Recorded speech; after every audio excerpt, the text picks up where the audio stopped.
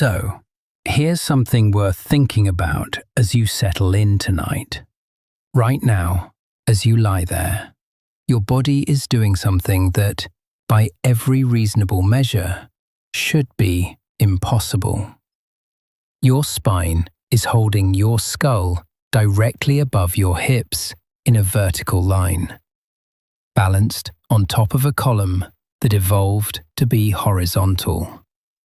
That column has developed 4 separate curves to compensate for a posture it was never originally designed for. And those curves are the reason so many of us get back pain. Your skin is almost completely bare, stripped of the fur that kept your ancestors warm for 100 million years, leaving you so exposed to the elements that without clothing, you would die of hypothermia in most climates on Earth within a single night.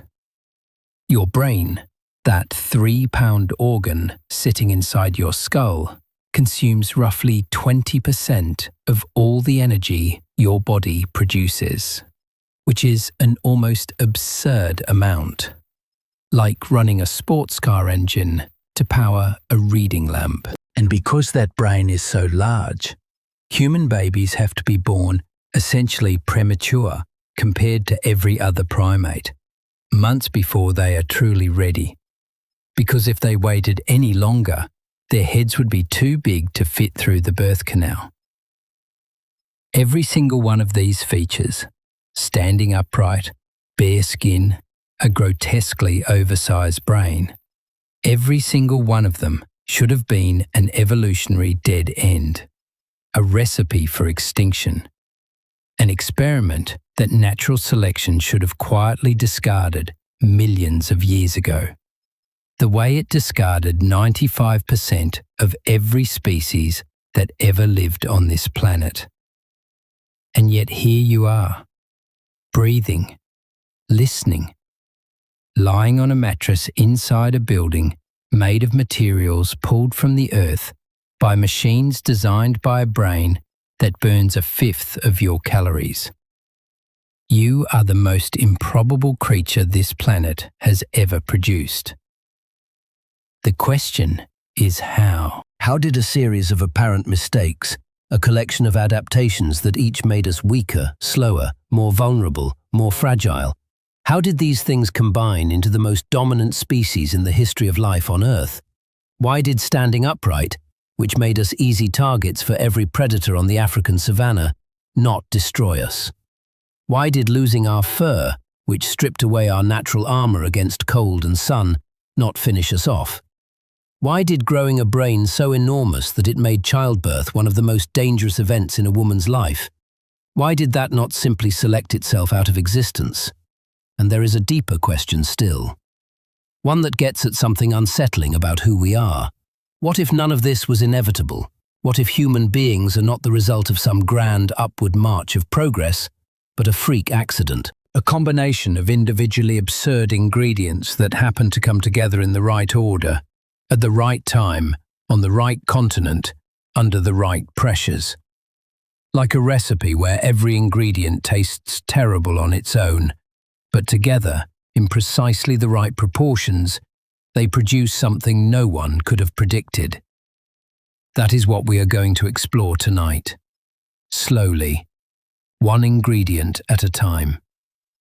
We are going to walk through the entire history of how you came to exist, from the first tiny mammal that crawled out of the wreckage of the dinosaurs' world 66 million years ago, to the moment your ancestors stood on 2 legs and squinted across the African savanna, wondering what was on the other side. From the first stone tool chipped by trembling hands 2.5 million years ago, to the first fire that pushed back the darkness and changed everything. From the first words spoken around a campfire, to the first temple built by people who did not yet know how to farm. And at each step, we are going to ask the same question. Why didn't this kill us? Why did standing upright not make us easy prey? Why did losing our fur not leave us fatally exposed? Why did growing a brain so expensive it consumes a fifth of our energy not bankrupt us metabolically? Because it should have. Each of these adaptations, taken alone, was a gamble against extinction. And the odds were against us every single time. Over and over again, the recipe should have failed. The ingredients should have poisoned us instead of nourishing us. The experiment should have been abandoned by natural selection long before it produced anything worth keeping. And yet, here you are, warm, safe, listening. The product of 66 million years of compounding improbabilities, each one building on the last, each one making the next possible. The fact that it worked, that you exist, is one of the most extraordinary stories that has ever been told. Let's start at the beginning. And the beginning, like so many good stories, starts with a catastrophe. Imagine the last day of the age of dinosaurs. Not the Hollywood version, with dramatic music and slow-motion asteroid impact. The real thing. A Tuesday afternoon, probably, unremarkable. Somewhere in what is now Montana, a small creature, about the size of a rat, is sitting in the hollow of a rotting log, eating a beetle. It weighs maybe 2 ounces.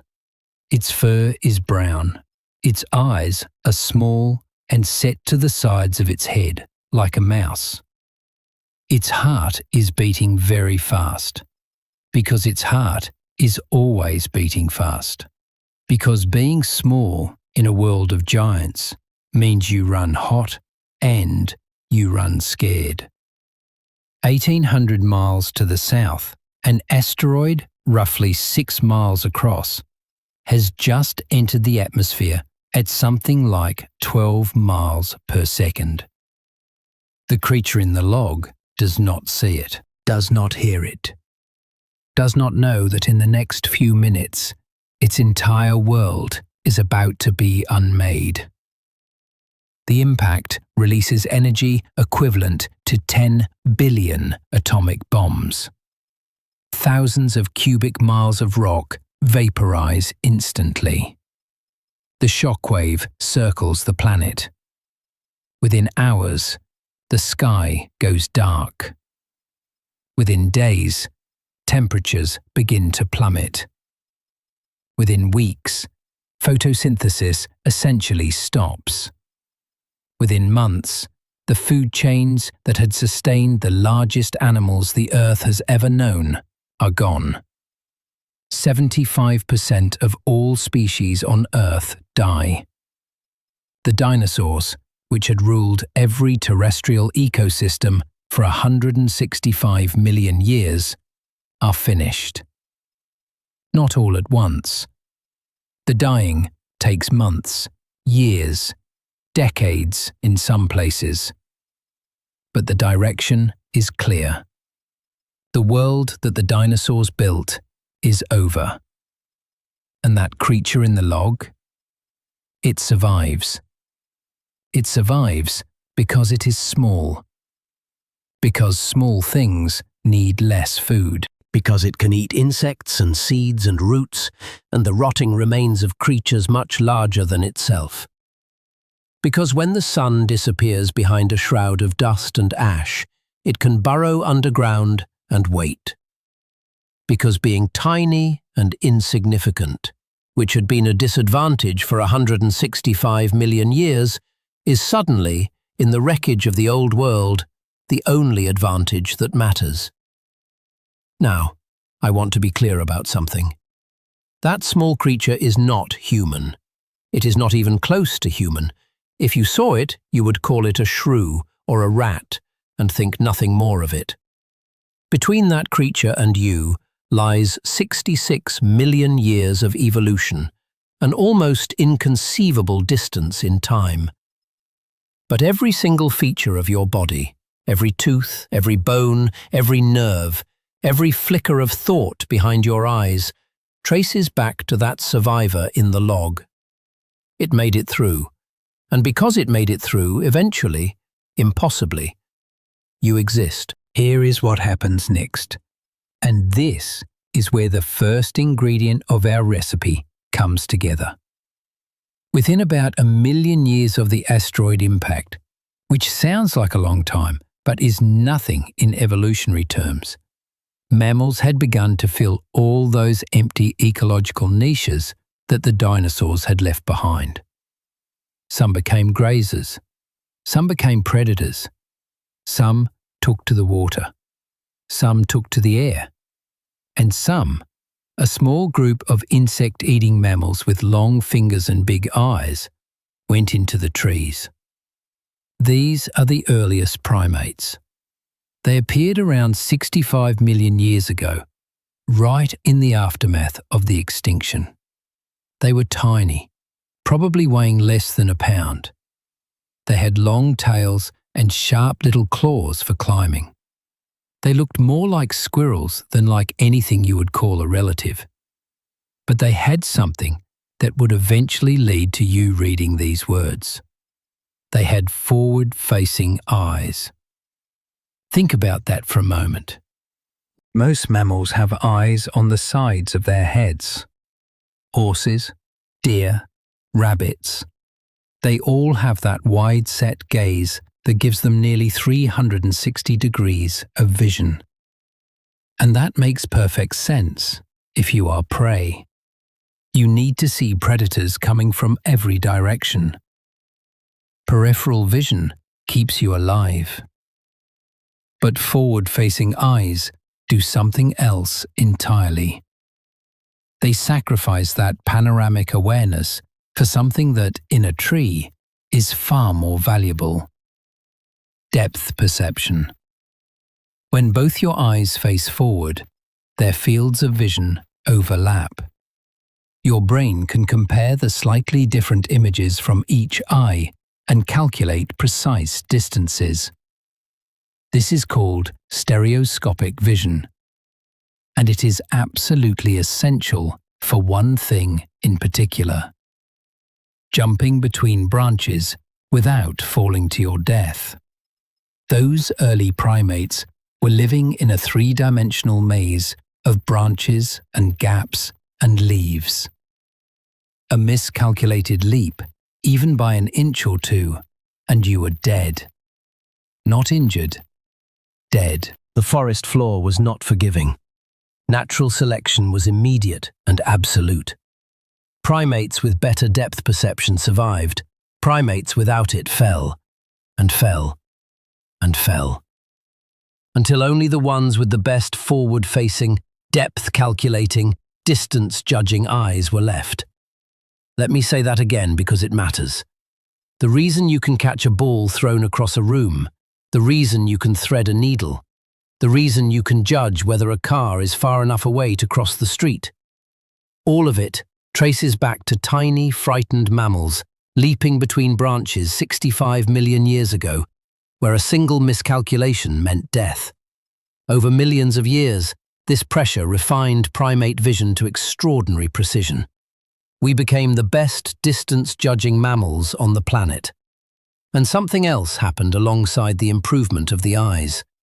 The brain regions responsible for processing visual information expanded. The visual cortex, the part of the brain that turns raw light signals into meaningful images, grew larger and more complex. More neurons, more connections, more computing power dedicated to making sense of what the eyes were seeing. This was the first step in a pattern that would repeat itself throughout human evolution. A new physical adaptation creating pressure for cognitive expansion. Better eyes demanded a bigger visual cortex. A bigger visual cortex demanded more energy. More energy demanded better foraging strategies. Better foraging strategies demanded more intelligence. The spiral had begun, 65 million years before anything resembling a human walked the earth. And here is where the recipe idea begins. Forward-facing eyes by themselves are not a ticket to world domination. Lots of animals have them. Owls have forward-facing eyes. Cats have them.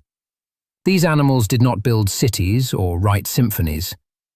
Depth perception alone is just one ingredient, useless, or at least unremarkable without the others. But without it, none of the rest would have been possible.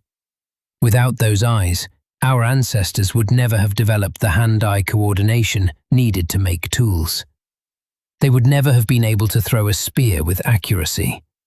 They would never have been able to navigate complex social environments where reading facial expressions, which requires fine visual discrimination at close range, determines your status and your survival.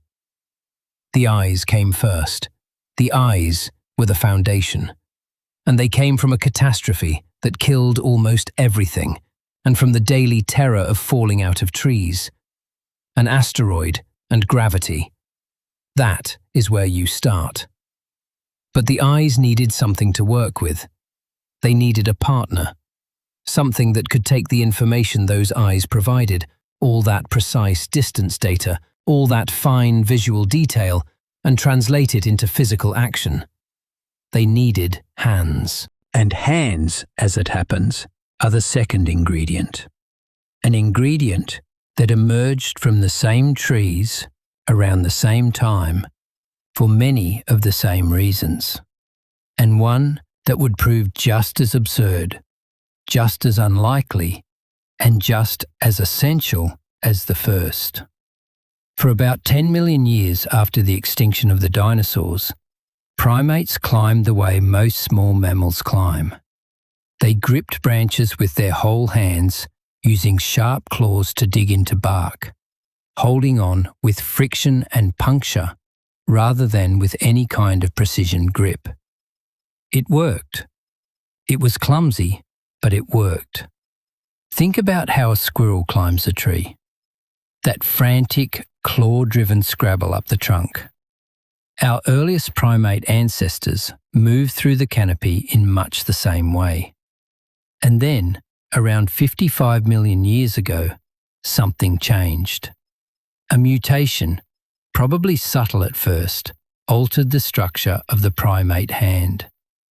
The thumb began to rotate. Slowly, over thousands of generations, it developed the ability to swing across the palm and touch the other fingers. Opposable digits. A thumb that could work against the rest of the hand instead of alongside it. This changed everything, though not in the way you might expect. The immediate advantage was not tool use. Nobody was making stone axes 55 million years ago. The immediate advantage was a better grip on branches. With an opposable thumb, primates could grasp a branch between thumb and fingers using controlled pressure rather than claws. This meant they could hold on more securely. They could move more slowly and deliberately through the canopy instead of leaping and scrambling. They could hang from branches with one hand while reaching for fruit with the other. And here is the detail that matters. This new grip allowed something that the old claw-based grip did not. It allowed precision manipulation of small objects. Suddenly, a primate could pick a single berry from a cluster without dislodging the whole bunch. It could peel bark carefully to find insects underneath. It could turn a piece of fruit over in its hand, examining it from different angles before deciding whether to eat it. This sounds mundane, trivially mundane. Who cares about picking berries? But think about what is actually happening here. An animal is using visual information, those forward-facing, depth-perceiving eyes, to guide a physical tool, the hand, to interact with an object in a precise, controlled way. Eyes and hands working together, two ingredients combining for the first time. And this combination, this hand-eye coordination, would prove to be the single most important physical capability in the history of life on Earth. Not strength, not speed, not armor or venom or wings. The ability to see something precisely and then manipulate it precisely. That is what would eventually allow one species of African ape to reshape the entire surface of the planet. But we are getting ahead of ourselves. 55 million years ago, these primates had no idea what their hands were for, in any grand sense. They were just eating fruit and avoiding snakes. Their brains were small, their lives were short. They lived in the trees and died in the trees, and their hands were just hands, useful for climbing and feeding and nothing more.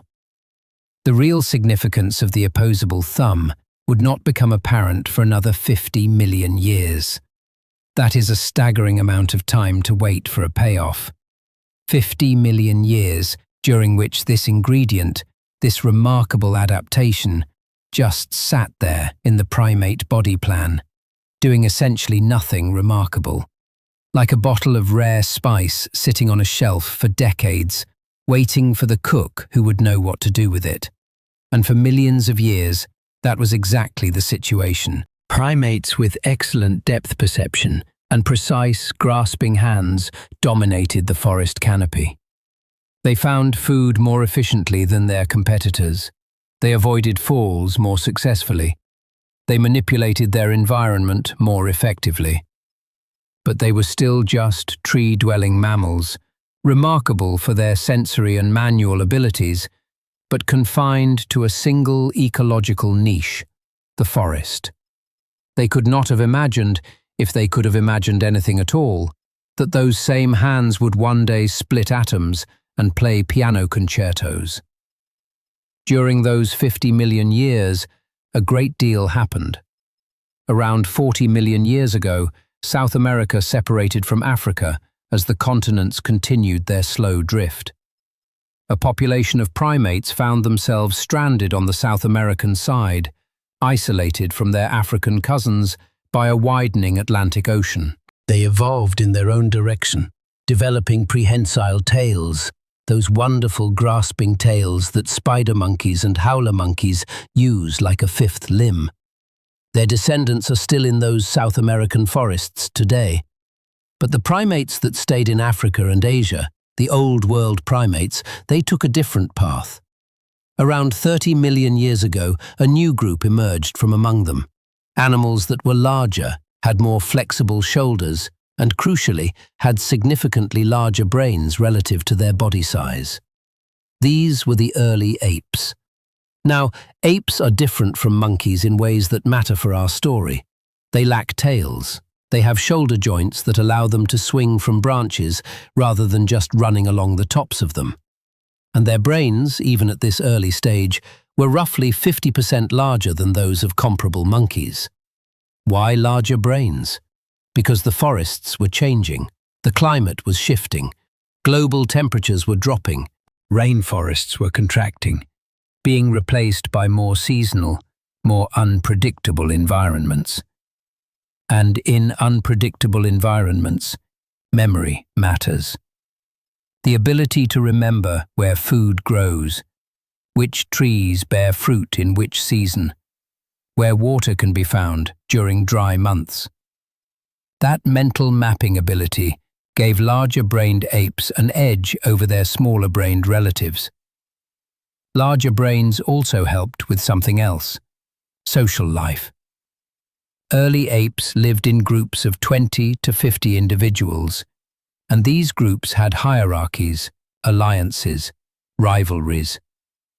Navigating this social landscape required a kind of intelligence that raw physical power could not provide.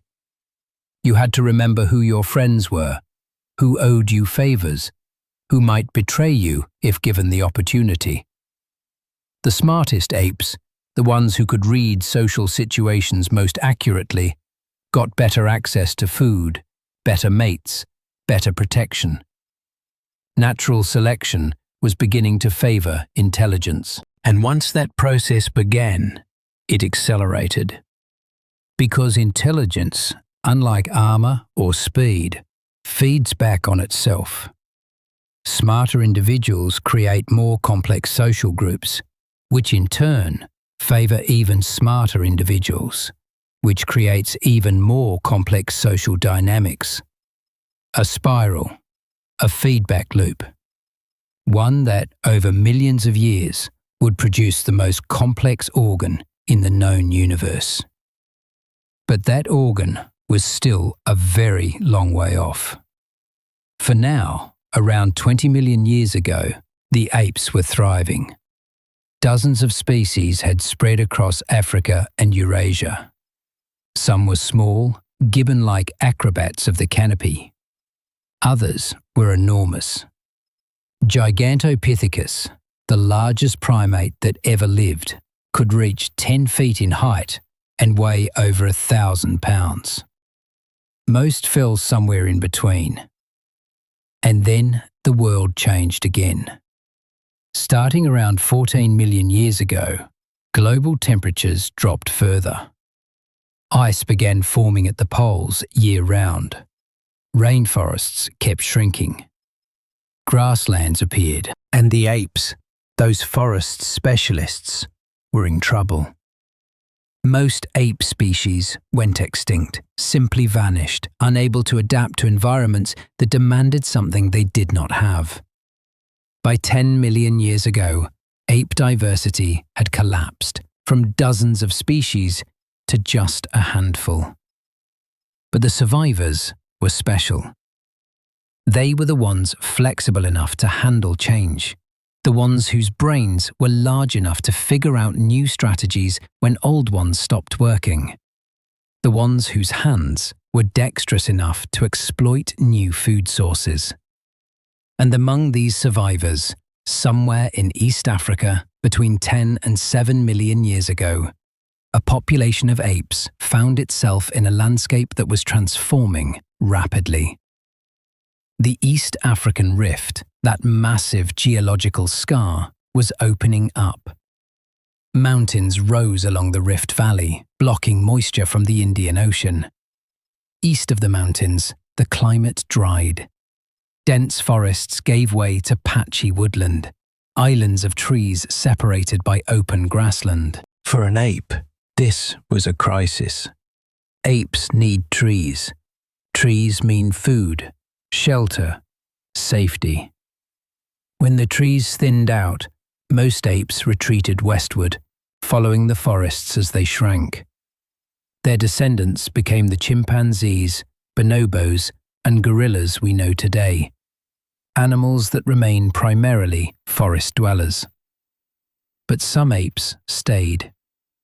They stayed in the mosaic landscape, in the transition zone between forest and grassland, and they began to adapt.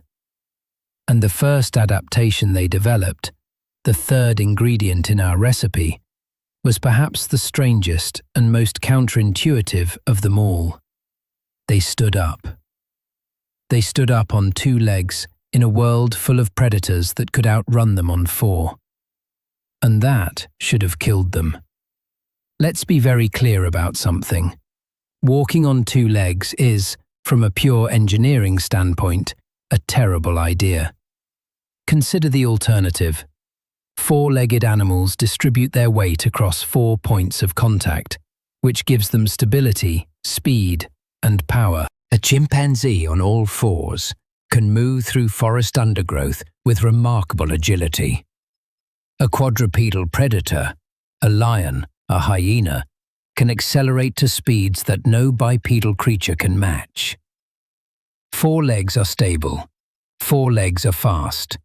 4 legs work. 2 legs? 2 legs are a balancing act. You are essentially a tall, narrow column of bone and muscle, trying to stay upright on 2 small platforms, your feet. Every step is a controlled fall. You tip forward, catch yourself with your front foot, then tip forward again. Walking is falling and catching yourself over and over, step after step. It is so mechanically demanding that human toddlers take about a year to learn it, and even then they fall constantly. And the costs do not stop at clumsiness. Standing upright compressed the spine in ways it was never designed for, which is why so many modern humans suffer from back pain. It narrowed the pelvis, which made childbirth dramatically more dangerous. And it slowed us down. A healthy adult human can run at maybe 15 miles per hour at top sprint. A lion can hit 50. A cheetah, 70. Even an antelope, a prey animal, can outrun a human without breaking a sweat. So why on earth would natural selection favour standing upright? Why would evolution push a group of perfectly functional quadrupedal apes toward a posture that made them slower, more unstable, and more prone to injury? This is one of the most debated questions in all of paleontology, and the honest answer is that we are not entirely sure. But the evidence points in several directions at once, and all of them are more interesting than the simple story you might have been told in school. The traditional explanation goes something like this. As forests fragmented into patchy woodland and grassland, early hominins needed to travel longer distances between clumps of trees. Walking upright is more energy efficient than knuckle walking when you are covering open ground. You can see farther over the tall grass, spotting both food and predators. And you free your hands to carry things: food, tools, babies. All of that is probably true as far as it goes. But recent research has added layers that make the picture richer and stranger. One theory suggests that bipedalism evolved partly for temperature control. An upright posture exposes less of your body surface to the direct overhead sun. Stand up, and only your head and shoulders are getting blasted by the midday sun. Walk on all fours, and your entire back is exposed. In the increasingly hot, open environments of late Miocene Africa, staying cool was a matter of survival. Another theory focuses on feeding. Stand upright and you can reach higher into trees, accessing fruits and leaves that a quadruped cannot. You can wade into shallow water more easily, foraging for aquatic plants, shellfish or fish. Some researchers think early hominins were partly aquatic foragers, spending considerable time in rivers and lake shores. And then there is the social hypothesis. Among chimpanzees and bonobos, our closest living relatives, individuals often stand upright during aggressive displays. An upright posture makes you look bigger, more imposing. It allows you to gesture with your hands. It signals dominance without requiring actual physical combat. In a social species where relationships matter, anything that helps you project status gets selected for. The truth almost certainly involves some combination of all these factors. Evolution does not optimize for a single thing. It is a constant juggling act, balancing dozens of competing pressures simultaneously. Early hominins probably started walking upright for cooling, found it useful for reaching food, discovered it helped in social interactions, and gradually refined the ability over millions of years. We can see this process in the fossils, though the fossil record from this period is painfully sparse. We are trying to reconstruct millions of years from a handful of bones scattered across a continent. It is like trying to understand a 1,000-page novel from a few random sentences. But those sentences are extraordinary. The earliest potential human ancestor we have found is called Sahelanthropus chadensis. Its nickname is Tumai, which means hope of life in the local Goran language.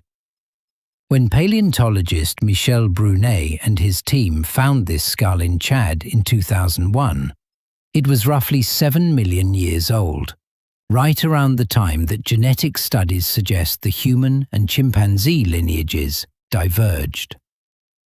Toumai's skull is a puzzle. Its face looks surprisingly flat, more human-like than ape-like. Its teeth show features that suggest a shift away from purely ape diets. And its foramen magnum, the hole at the base of the skull where the spine connects, is positioned more toward the center than you see in apes. In animals that walk on four legs, this hole sits toward the back of the skull, because the spine approaches from behind. In animals that walk upright, it migrates toward the bottom, because the spine supports the head from directly below. Toumai's foramen magnum sits in a transitional position. It hints at upright posture, at least some of the time. But we only have the skull, no leg bones, no pelvis. So the debate continues. Around 4.5 million years ago, we get a fuller picture. Her name is Ardi, short for Ardipithecus ramidus, and she was found in Ethiopia in the 1990s. It took researchers 15 years of painstaking work to excavate, analyze, and publish their findings. What they found rewrote the textbooks. Ardi was about 4 feet tall and weighed maybe 110 pounds. Her brain was small, only slightly larger than a chimpanzee's. She was no genius by any standard we would recognize, but her skeleton tells an astonishing story. Her pelvis shows adaptations for bipedalism, modifications that only make sense if she was walking upright at least part of the time. But her feet still had an opposable big toe, like an ape's foot, designed for grasping branches. She could walk upright on the ground and climb trees. She was doing both, switching between modes depending on circumstances. Think about what that means. 4.5 million years ago, our ancestors were not committed to either the trees or the ground. They were hedging their bets, maintaining old adaptations while developing new ones. They were not boldly striding out onto the savanna. They were cautiously shuffling between forest patches, still sleeping in trees at night for safety, still climbing to escape predators, but spending more and more time on the ground, walking more and more on 2 legs. And Ardi's teeth tell yet another story. Her canines were much smaller than those of chimpanzees. In apes, large canine teeth are used primarily by males for aggressive displays and fighting over mates. Smaller canines suggest a shift in social structure, toward less violent male competition, toward more cooperation. The foundations of human sociality were being laid 4.5 million years before anything we would recognize as human culture. By 3.2 million years ago, bipedalism was fully established. We know this because of one of the most famous fossils ever found. Her name is Lucy, and she is an Australopithecus afarensis, discovered in Ethiopia in 1974 by Donald Johanson and Tom Gray. They named her after a Beatles song, Lucy in the Sky with Diamonds, which was playing on the camp radio the night they celebrated the find. Lucy was small, about 3.5 feet tall, and weighed maybe 65 pounds. Her brain was roughly the size of a grapefruit, not much bigger than a chimpanzee's. She had long arms and curved fingers, suggesting she still spent time in trees. But her pelvis, her knee joint, and the angle of her thigh bone are unmistakably adapted for upright walking. Lucy walked on two legs, probably with a slightly swaying gait. Different from ours, but recognisably bipedal. And Lucy lived in a world that was trying very hard to kill her. The African landscape 3 million years ago was full of predators that would make modern wildlife documentaries look tame. Saber-toothed cats stalked the woodlands, patient and invisible in the dappled shade, until they launched themselves at an unsuspecting victim. Their elongated canines, those iconic fangs that could reach 8 inches in some species, were designed for a specific killing technique. A precise bite to the throat or abdomen that severed major blood vessels and brought death within minutes. Against an Australopithecus, that bite was almost always fatal.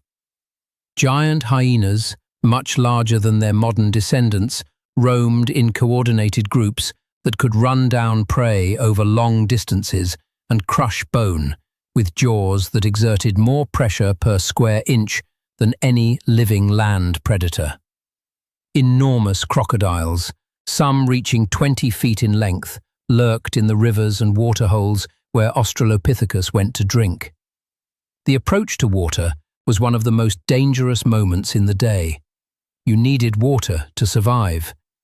But the water's edge was where ambush predators waited, motionless, invisible beneath the surface until the jaws closed. And from the sky, eagles. The Tawny Child, one of the most famous Australopithecus fossils ever found, is the skull of a young child, roughly 3 years old, discovered in South Africa in 1924. For decades, scientists debated what killed it. The answer, determined by careful analysis of the puncture marks and scratching patterns on the skull, was a large eagle. A bird of prey had swooped down, seized the child in its talons, carried it to a high perch, and eaten it. The skull was then dropped, or the remains fell, into a cave where they fossilized. Think about that. A 3-year-old child snatched from the ground by a bird and killed. This was not a rare event, it was routine. The pressure from aerial predators was so constant that it may have been one of the factors driving bipedalism itself. Because an upright adult is significantly more visible and more intimidating to an attacking eagle than a small quadruped crouched on the ground. Australopithecus was prey. They had no claws, no fangs, no armor, no venom. And thanks to their new bipedal posture, they could not outrun almost anything that wanted to eat them. The fossil record tells us how devastating this was. Tooth marks on hominin bones, skulls crushed by leopard jaws, bodies dragged into the dens of giant hyenas. The youngest and most vulnerable were taken, constantly, relentlessly, and for hundreds of thousands of years, there was very little our ancestors could do about it. And yet, Australopithecus survived. For over 1 million years, across vast stretches of eastern and southern Africa, they persisted. Not just survived, diversified. Multiple species of Australopithecus coexisted in different regions, some more robust, some more gracile. Each adapted to slightly different ecological niches. How? Through cooperation. Through shared vigilance, shared childcare, shared risk. A single Australopithecus mother could not watch for predators, gather food, and protect her infant simultaneously. But a group of 15 or 20 individuals could organize themselves so that some watched while others foraged, some carried the young while others scouted ahead.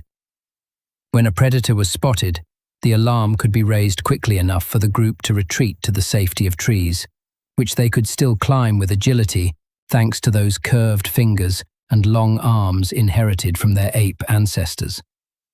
The social structure of Australopithecus groups was probably complex in ways we can only glimpse. Females may have exercised choice in their mating partners, favoring males who demonstrated not just strength but reliability, willingness to share food, alertness to danger, qualities that would make them better protectors of offspring. Males who contributed to the group's safety, rather than simply fighting other males for dominance, may have had better reproductive success. This would have created selective pressure toward pro-social behavior, toward cooperation and empathy, millions of years before anyone could articulate such concepts. A single Australopithecus mother could not watch her infant and gather food simultaneously, but a group could. Some members watched for predators, others foraged, others carried and protected the young. Every individual's survival depended on the survival of the group, and the group's survival depended on each individual doing their part. Within that mutual dependence, something new was emerging, something that would prove to be more powerful than claws or teeth or speed, something that would eventually reshape the world. But first, another ingredient would need to arrive, one that would seem at first like yet another terrible mistake. Because around 2 million years ago, as the climate shifted again and the savanna expanded, our ancestors did something even more puzzling than standing up. They began to lose their fur. They stripped off the thermal insulation that every mammal on Earth depends on, and they walked out into the open grassland, essentially naked. And that, against every reasonable expectation, turned out to be a superpower. Picture an animal that has just removed its own coat in the middle of winter and walked out into a blizzard. That is, roughly speaking, what our ancestors did when they lost their body hair.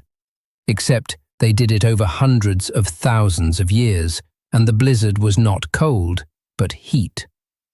To understand why this happened, you need to understand what was happening to the African landscape around 2 million years ago.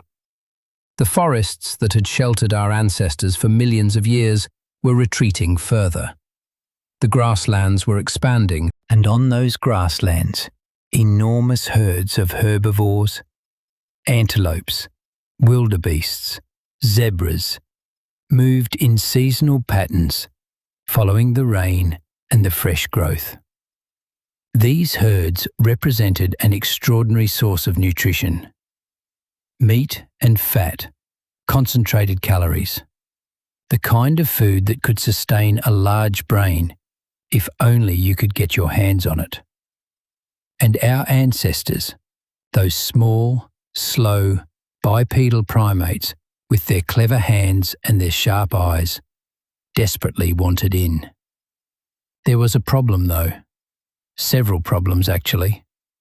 They could not outrun the herbivores. They could not overpower the large predators that hunted those herds.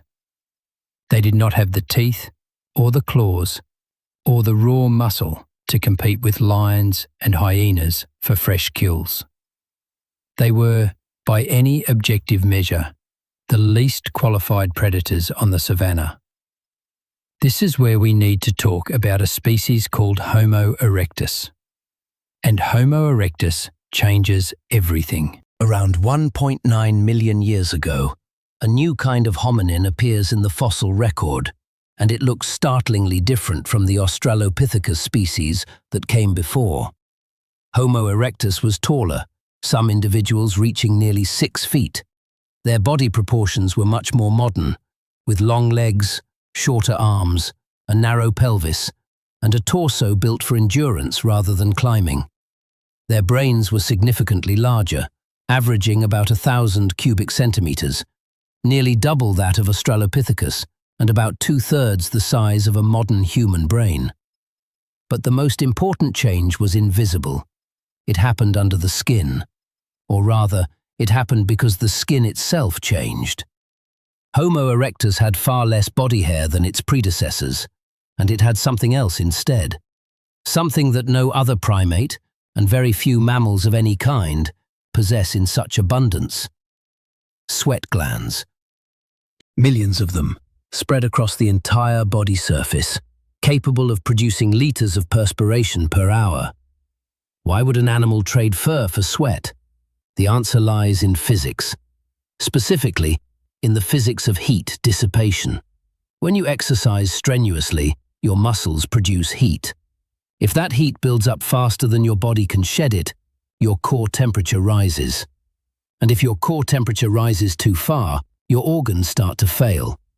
Your brain, in particular, is exquisitely sensitive to temperature. A rise of just a few degrees can cause confusion, seizures, death. Most mammals deal with this problem by panting. Dogs do it, cats do it. It works to a point. But panting is limited by the surface area of the lungs and the respiratory rate. And crucially, panting does not work well at sustained, high intensity. A dog can sprint, but then it has to stop and pant furiously to cool down. A lion can chase prey for maybe a few hundred yards before its body temperature forces it to quit. Sweating is different. Sweating works by evaporation. When water evaporates from your skin, it carries heat energy with it. The more skin surface you have, and the less fur covering that skin, the more efficiently you cool. A naked, sweating human can shed heat at a rate that is simply unavailable to any furred animal.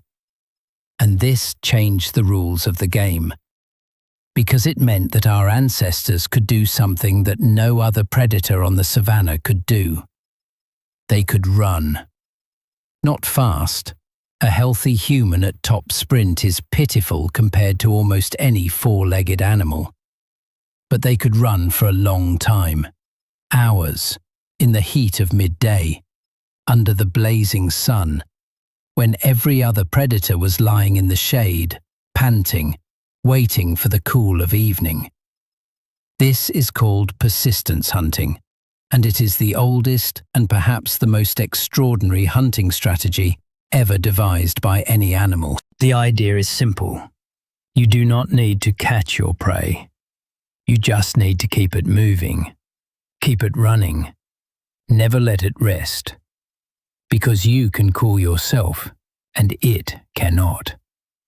An antelope can sprint at 50 miles per hour, but after a few minutes of hard running in the midday heat, it has to stop. It is overheating. Its tongue hangs out. Its body is cooking inside its fur. It needs shade.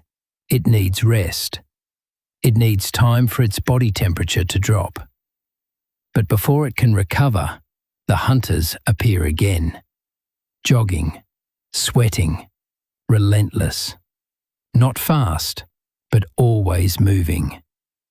The antelope bolts again, runs again, overheats again, and the humans follow, again and again. After 3 hours, 4 hours, 5, the antelope is stumbling. Its muscles are failing. Its body temperature has crossed a critical threshold. It collapses. And the hunters, drenched in sweat but still functionally cool, walk up to it and finish it with a sharpened stick. This is what losing our fur gave us: the ability to hunt in the heat of the day, when every other predator was incapacitated. A temporal niche that no one else could occupy. The noon sun, which should have been our enemy, became our weapon. But here is the thing that makes this ingredient fit the recipe. Persistence hunting does not work alone. It requires several other pieces to function. It requires bipedalism, because running on 2 legs is actually more energy efficient at sustained speeds than running on 4. Our long legs act like pendulums, storing and releasing energy with each stride. Our Achilles tendon, that thick band of tissue connecting your calf muscle to your heel, works like a spring, storing elastic energy when your foot hits the ground and releasing it when you push off. No other primate has an Achilles tendon like ours.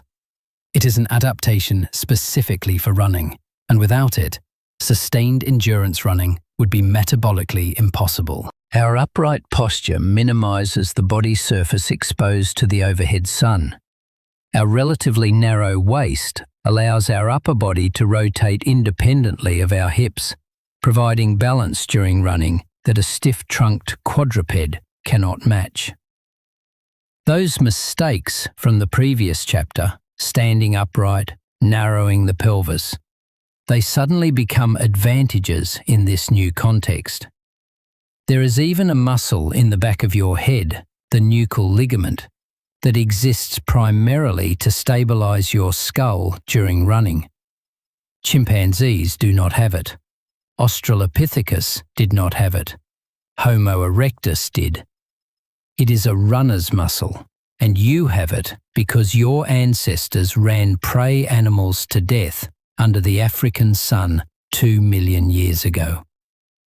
It requires those eyes, those depth-perceiving, detail-discriminating, forward-facing eyes, because tracking an animal across open terrain for hours means reading signs that are almost invisible. A hoof print in the sand, a scuff mark on a rock, a disturbance in the grass that tells you which direction the animal went and how long ago it passed. Persistence hunting is as much a visual and cognitive feat as it is an athletic one, and it requires cooperation. One person cannot sustain a persistence hunt alone. You need a group. People who rotate the lead position, allowing individuals to drop back and recover while others maintain the pressure. People who communicate constantly, signaling which direction the animal has gone, warning of obstacles, coordinating the final approach. This is hunting as a team sport, and it was only possible because Australopithecus had already spent millions of years evolving the social structures necessary for cooperative behavior. Do you see how the recipe works? Depth perception, which evolved to keep tiny primates from falling out of trees. Opposable thumbs, which evolved to provide a better grip on branches. Bipedalism, which evolved in response to shrinking forests. Naked skin and sweat glands, which evolved to enable midday hunting on the savanna. Each ingredient on its own was either unremarkable or actively disadvantageous. But together, combined in the right sequence, they produced a predator unlike anything the world had ever seen. But persistence hunting gave Homo erectus something beyond just a new food source. It gave them a new social structure. A persistence hunt cannot be done alone.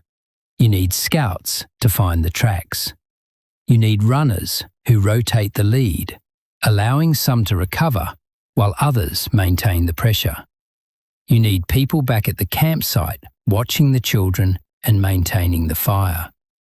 You need a system for distributing the meat once the animal is down, because a single antelope can feed a group of 20 or 30 people for several days, and distributing that meat creates obligations, debts, relationships. Anthropologists who have studied the few remaining groups that still practice persistence hunting, the San people of the Kalahari, for instance, describe a system where the hunter who made the kill does not get special treatment.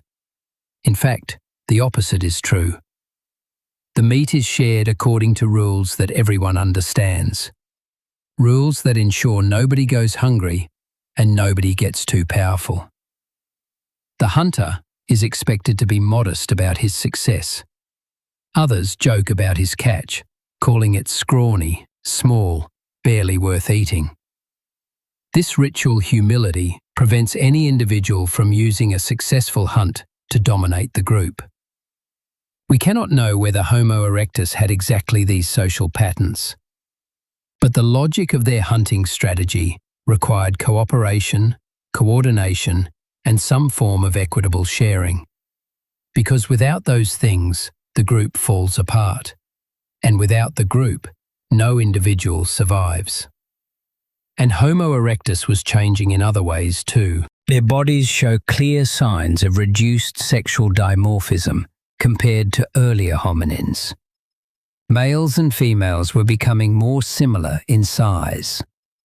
In most primate species, large differences between males and females indicate intense male-male competition, big males fighting other big males for access to females. As that difference shrinks, it suggests a shift toward pair bonding, toward cooperative relationships between males and females, toward a social structure where brute force matters less and alliance building matters more. Homo erectus infants were helpless for longer than any previous hominins. Their brains, larger than any that had come before, needed more time to develop, which meant longer periods of dependency, which meant more investment from parents. A single mother could not easily gather food and care for a dependent infant simultaneously. Having a partner, someone who would bring food, offer protection, share the burden of child-rearing, dramatically increased the survival odds of the offspring. Perhaps this is where something like pair-bonded love first emerged. We will never know for certain. Emotions do not fossilize. But the fossil record shows that some Homo erectus individuals survived to old age, even with injuries and disabilities that would have prevented them from feeding themselves. Someone was caring for them. Someone was bringing water to an injured elder, food to a mother who could not walk, warmth to a child who was sick. The recipe was already producing something beyond mere survival. It was producing compassion. And Homo erectus did not stay in one place. That is the other extraordinary thing about this species.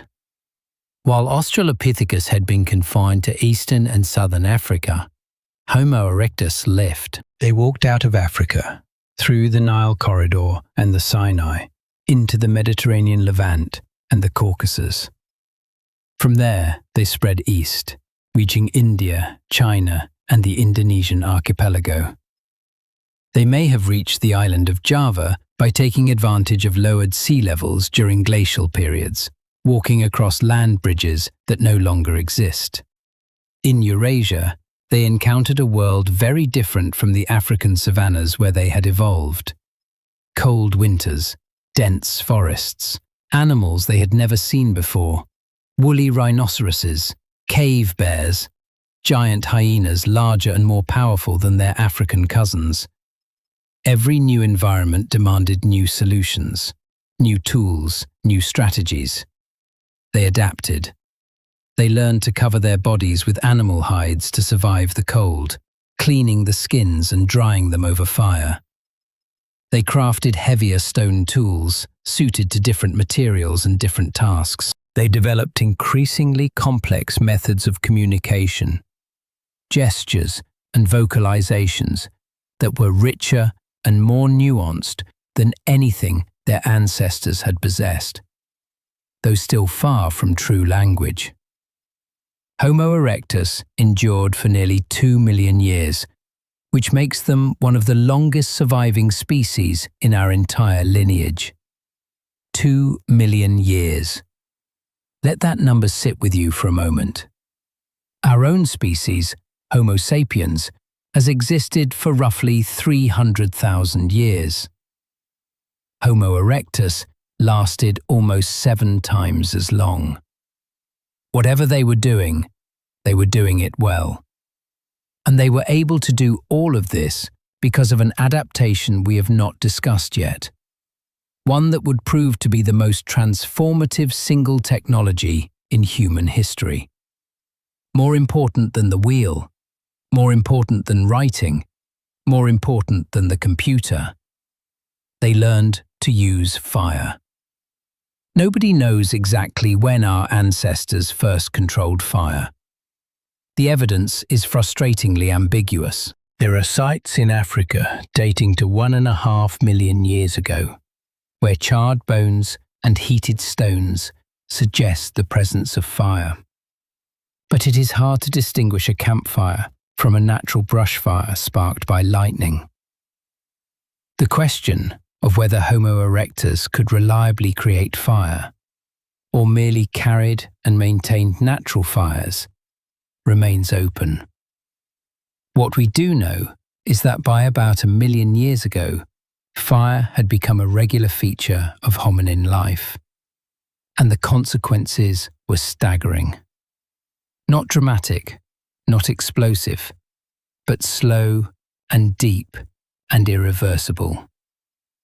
Fire changed what we ate, how we ate, where we lived, how we socialized, and ultimately, how our brains developed. It rewired our biology in ways that are still visible in your body tonight, as you lie there listening to this.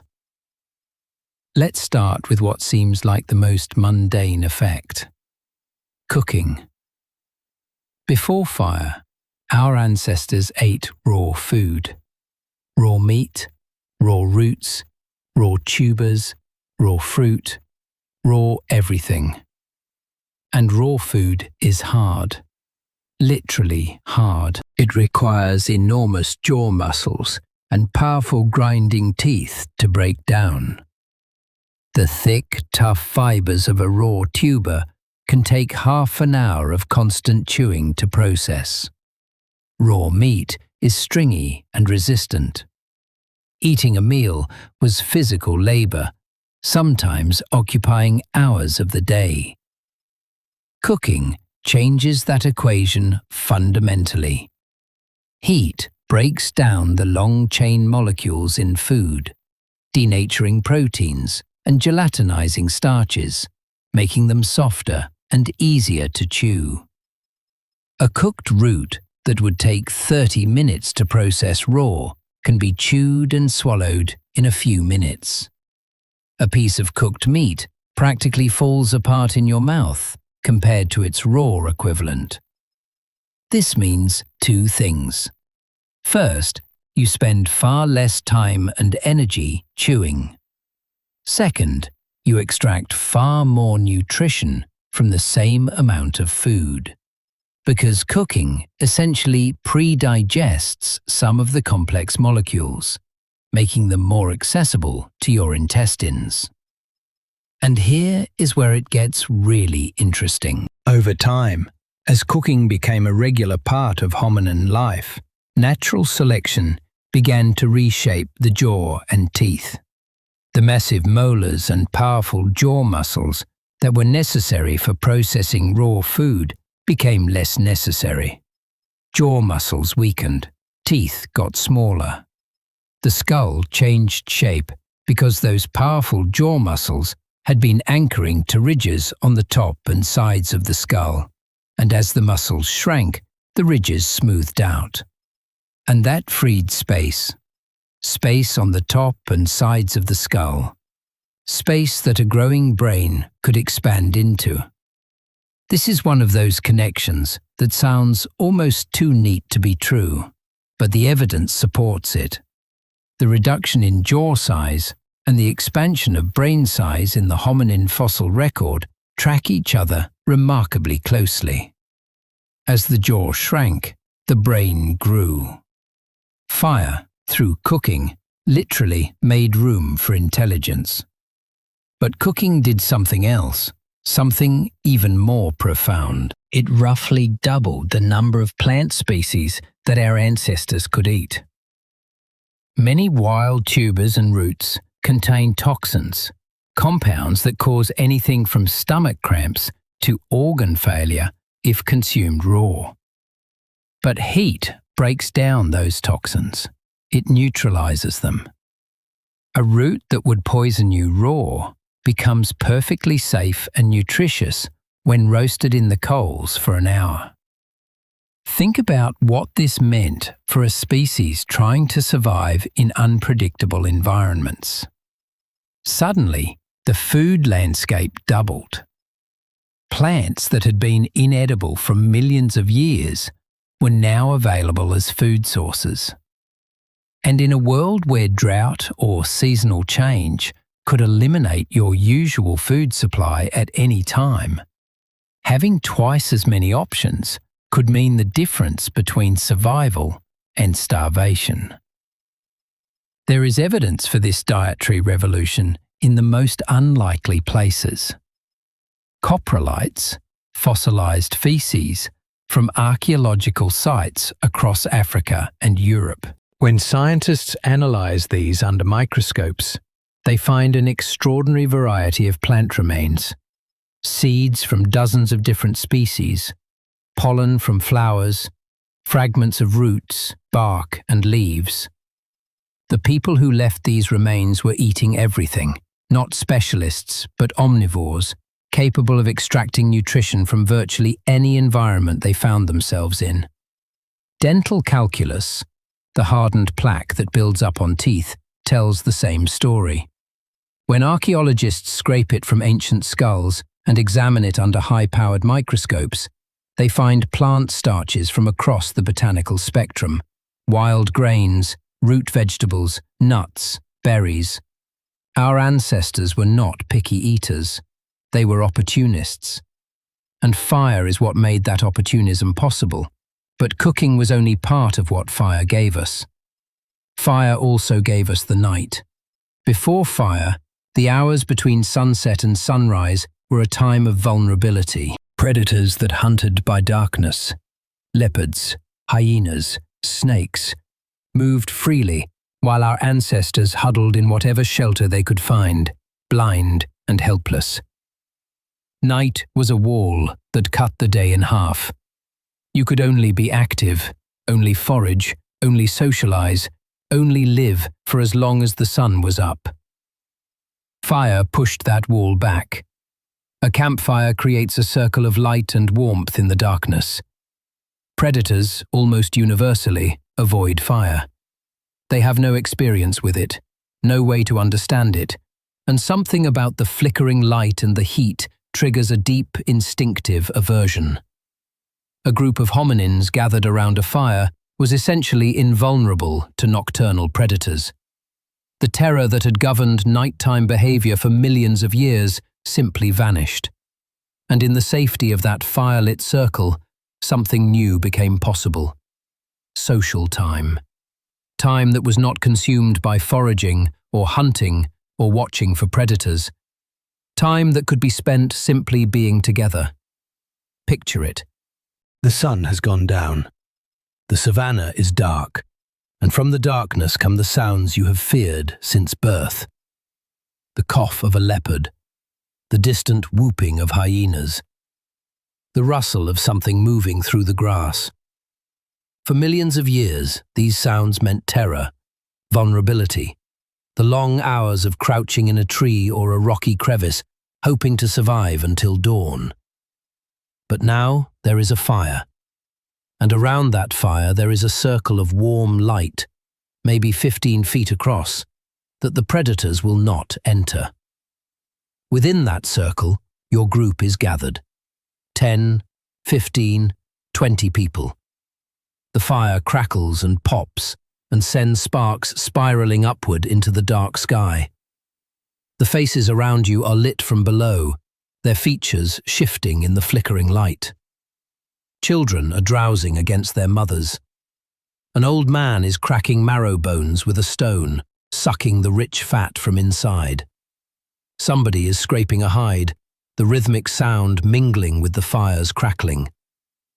And there is talking, or the beginnings of talking. Grunts, gestures, meaningful sounds that are not yet language, but carry intention. Someone points toward the darkness and makes a low, warning sound. Others look, tense for a moment, then relax when nothing emerges. Someone else holds up a piece of meat, offering it to a companion. A mother hums tunelessly to her sleeping infant.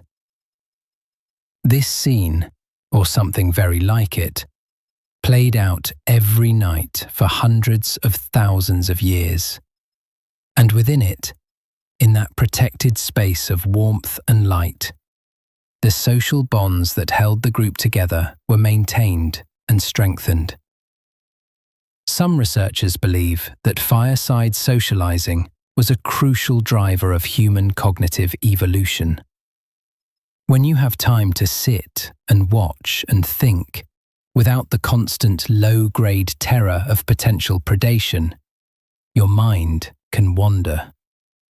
You can notice patterns. You can make connections. You can observe the behavior of others and learn from it, without the life or death urgency that dominates daytime activity. Fire created, for the first time, a space for something like contemplation, a space where thought could develop in relative safety. There is a beautiful passage in the first source transcript about this moment. Nights, once a time of terror in the darkness, became safe spaces of warmth and light around the fire. Watching the flames dance may have sparked introspection, abstract thought, and the first glimmers of a sense of future. And here is where fire connects to the recipe. Without cooking, our jaws would not have shrunk. Without jaw reduction, our skulls would not have had room for larger brains. Without larger brains, we could not have developed the cognitive capacity for language, planning, abstract thought, or the kind of social cooperation that would eventually allow us to dominate the planet.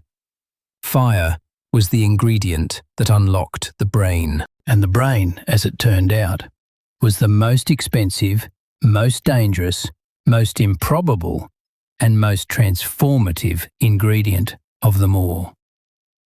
Here is a number that should stop you in your tracks. Your brain, the organ you are using right now to process these words, weighs about 3 pounds. That is roughly 2% of your total body weight. And it consumes 20% of your total energy output. 1/5 of everything you eat goes to powering a single organ that represents 1/50th of your body mass. Let me put that in perspective. Your heart, which has to pump blood continuously for your entire life without stopping for even a second, uses about 8% of your energy. Your liver, which filters toxins and produces bile and manages blood sugar and does about 500 other critical jobs simultaneously, uses about 12%. But the brain beats them both. The brain is the most metabolically expensive organ in your body, and it is not even close. This is, from an evolutionary standpoint, a deeply weird arrangement. Energy is the fundamental currency of survival.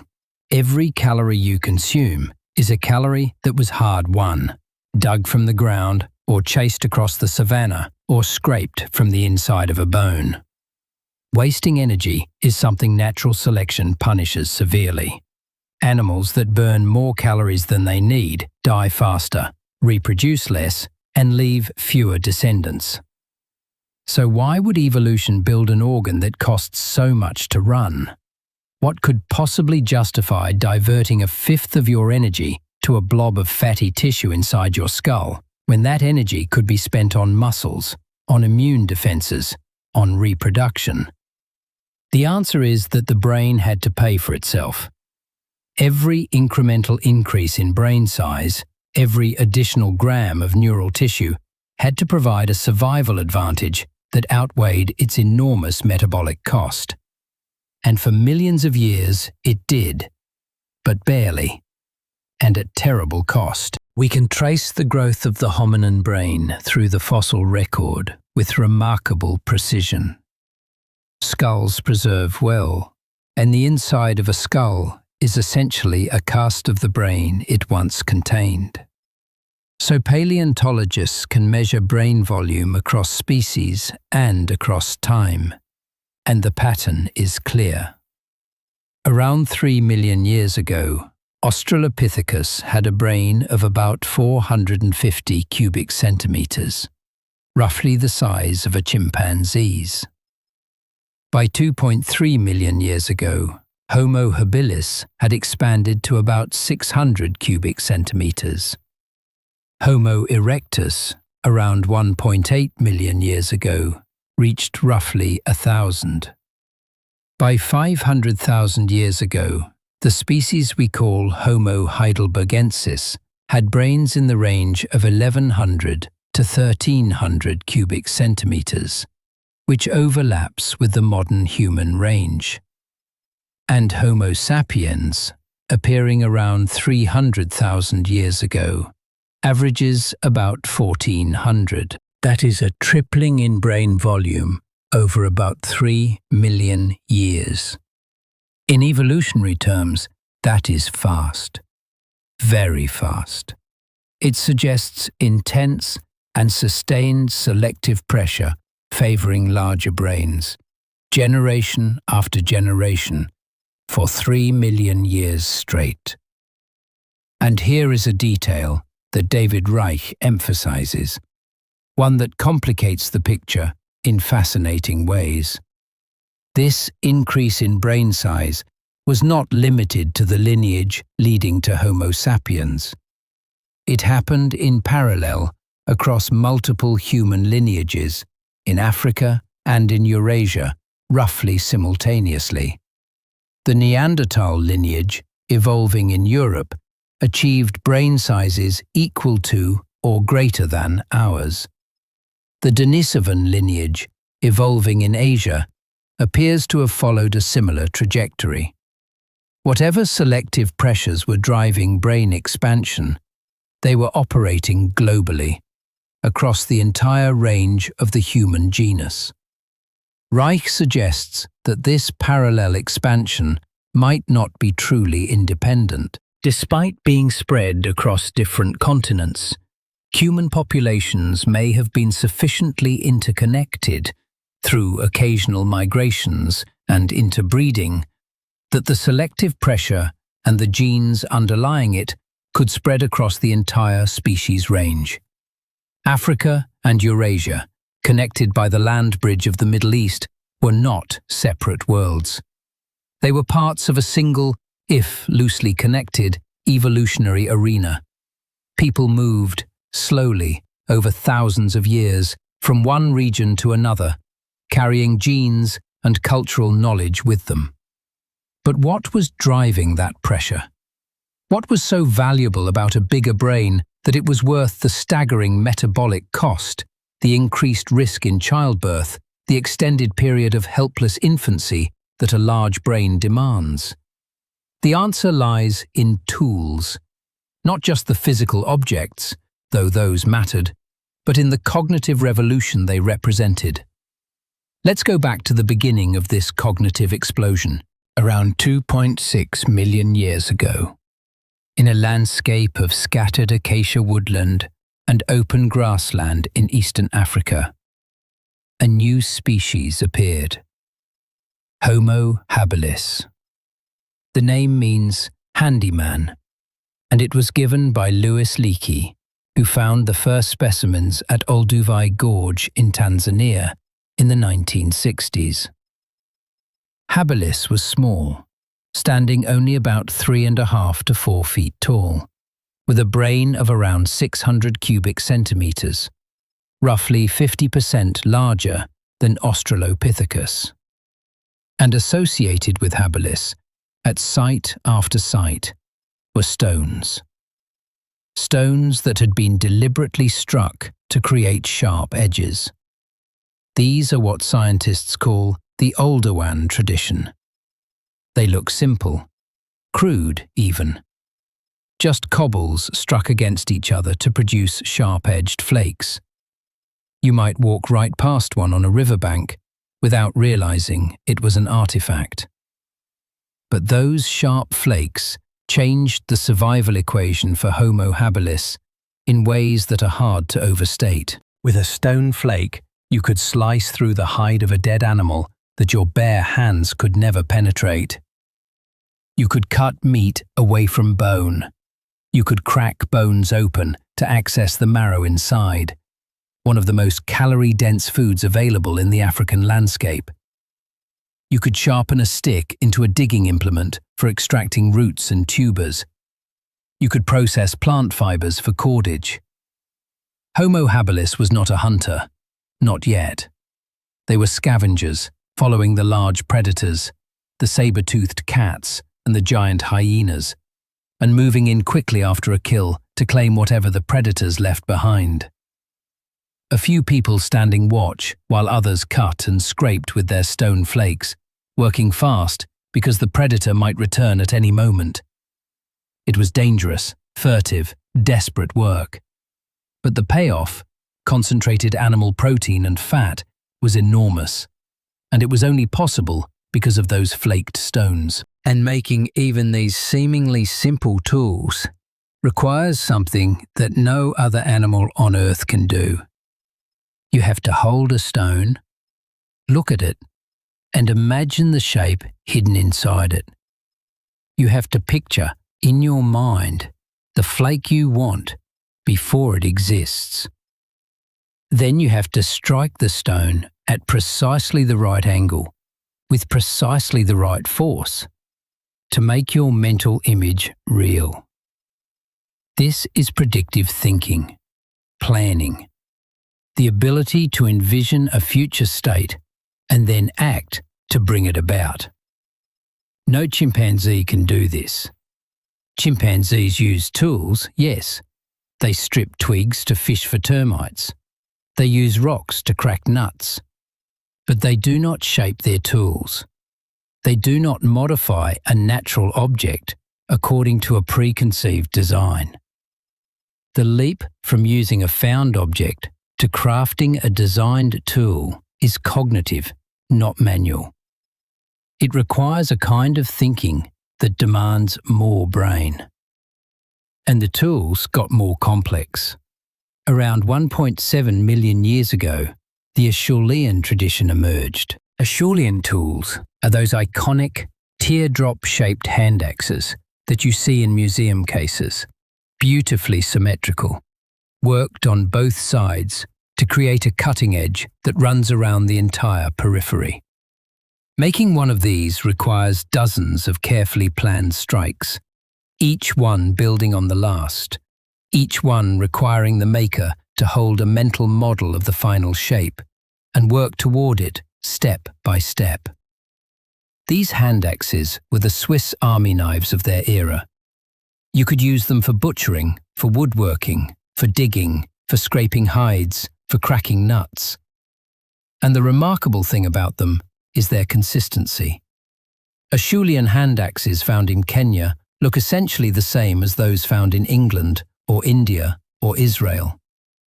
Whether they were made 1.7 million years ago or 200,000 years ago, the basic form remained recognizable. The technology barely changed for over 1 million years. 1 million years.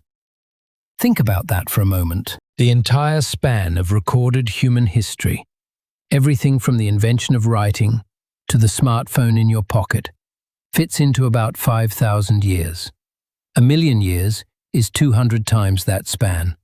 And throughout that entire immense stretch of time, the most advanced tool technology on the planet was essentially static. The same teardrop shape, the same bifacial flaking technique, the same general dimensions. This tells us something profound about the minds that made these tools. Homo erectus and its immediate descendants had culture. They had traditions. They could learn complex techniques and pass them to their children, who passed them to their children, across thousands and thousands of generations. But their capacity for innovation was limited in a way that is hard for us to comprehend. They had reached a cognitive plateau, a level of intelligence sufficient to maintain existing technology, but not to rapidly invent new approaches. And yet, Even within that apparent stasis, there were hints of something more. Some Acheulean hand axes are symmetrical in ways that go beyond functional necessity. They are balanced, proportioned, almost beautiful. Nobody needs a hand axe to be aesthetically pleasing. An ugly hand axe cuts just as well as a pretty one. But some toolmakers, across hundreds of thousands of years, took the extra time to make their tools not just effective, but attractive. This might be the earliest evidence of an aesthetic sense, a feeling for form and proportion that serves no practical purpose, but that speaks to something stirring in the hominin mind. Think about that. 1,000,000 years of the same tool, 1,000,000 years of making the same shape, the same way, in every place where humans lived. That tells us something important about the minds that made them. These people had culture. They had traditions. They had learned behaviors that were passed from parent to child across vast stretches of time. But their capacity for innovation was limited. They had reached a cognitive plateau of sorts, a level of brain complexity that allowed them to learn and transmit existing techniques, but not to rapidly invent new ones. But change was coming. Around 700,000 years ago, in African populations of Homo erectus, natural selection began favoring larger brains and faces with more modern features. The species we call Homo heidelbergensis emerged, taller and more robust than its ancestors, with brains approaching the modern human range. Heidelbergensis was a different kind of predator. Where erectus had been a persistence hunter of medium-sized game, Heidelbergensis dared to take on the giants. Organized groups of Heidelbergensis hunted ancient elephants, horses, and rhinoceroses, using wooden spears that have been found preserved at sites like Schöningen in Germany. Beautifully crafted javelins waited for throwing, some of them over 6 feet long. Hunting megafauna required a level of planning and coordination that went far beyond anything erectus had achieved. You had to study the animal's behavior, predict its movements, choose the right terrain for an ambush, assign roles to different hunters, communicate during the attack, and then process the enormous carcass efficiently. A single elephant could feed a clan for days, but distributing that meat came with social complexity. Who gets which piece? Who led the hunt? Who takes the risks? And Heidelbergensis populations, spread across Africa and Eurasia, were already diverging. In Europe, they adapted to the brutal cold of the ice ages, growing shorter and squatter, developing the thick bones and powerful muscles that would characterize their descendants, the Neanderthals. In Africa, they remained more slender, more adapted to heat, and it was from these African populations that Homo sapiens would eventually emerge around 300,000 years ago. The breakthrough in cognitive complexity came during what archaeologists call the Middle Stone Age in Africa, roughly 300,000 to 40,000 years ago. And this is where the evidence starts to look, unmistakably, like modern human cognition in action. Stone tools became smaller and more diverse. Instead of big, multi-purpose hand axes, people began making specialized tools. Points for spears, scrapers for processing hides, blades with long, sharp, parallel edges ideal for slicing. These tools were designed for specific jobs, which means their makers were thinking about future tasks. Not just, I need a sharp edge right now, but tomorrow I will need to scrape a hide, so I will make a tool specifically for that purpose. And the way they made these tools changed too. A technique called prepared core technology appeared, in which the toolmaker carefully shaped a block of stone through a specific sequence of removal strikes, before delivering one final blow that detached the finished tool. This requires sophisticated memory, planning, and an ability to predict the result of a sequence of actions. You have to hold the entire process in your mind from beginning to end before you start. Around the same time, humans in Africa began doing something that had never been done before. They started transporting high-quality stone raw materials over enormous distances. Archaeologists have found tools made from obsidian and fine-grained flint at sites more than 100 miles from the nearest natural source. Someone had to walk to that source, recognize the quality of the stone, collect it, and carry it back. Or trade for it. Either way, this implies forward planning, social networks, and possibly early forms of exchange and reciprocity. And then there was ochre. Around 300,000 years ago, humans in Africa began collecting and grinding red ochre, a soft, iron-rich stone that produces a vivid red powder. Ochre has been found at dozens of Middle Stone Age sites. People ground it on heavy grinding stones, mixed it with fats and other substances, and used it for purposes that we are still debating. Body decoration, hide preparation, pigments for painting, adhesives for hafting tools. Probably all of these at different times and places. But here is what matters. The use of ochre implies symbolic thinking. If you are applying red pigment to your body, you are communicating something. You are saying something about who you are, what group you belong to, what your status is. You are using an abstract symbol, color, to represent an idea. And the ability to use symbols to represent ideas is, as far as we can tell, uniquely human. In the third source transcript, the description of this cultural flowering is detailed and precise. Regional traditions emerged across the African continent. The Aterian culture in Morocco, with its distinctive stemmed tools. The Lupemban in Central Africa, with its stunning bifacial points. The Still Bay culture in South Africa, which produced leaf-shaped spear points of extraordinary symmetry and beauty, using techniques like heat treatment of stone and pressure flaking that require fine motor control and deep understanding of material properties. The Still Bay people made seashell beads, bone tools, and something else: art. They engraved geometric designs on small pieces of stone, simple crosshatch patterns between parallel lines. It does not look like much, but consider what it represents. Someone sat down, picked up a piece of stone and a sharp tool, and deliberately created a visual pattern that served no practical purpose. It did not make the stone sharper. It did not make it lighter.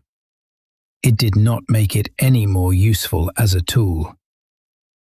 The pattern existed purely as an expression of something internal.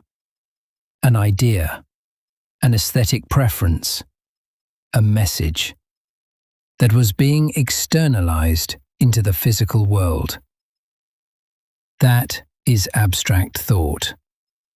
That is the human mind doing something that, as far as we know, no other mind on this planet has ever done.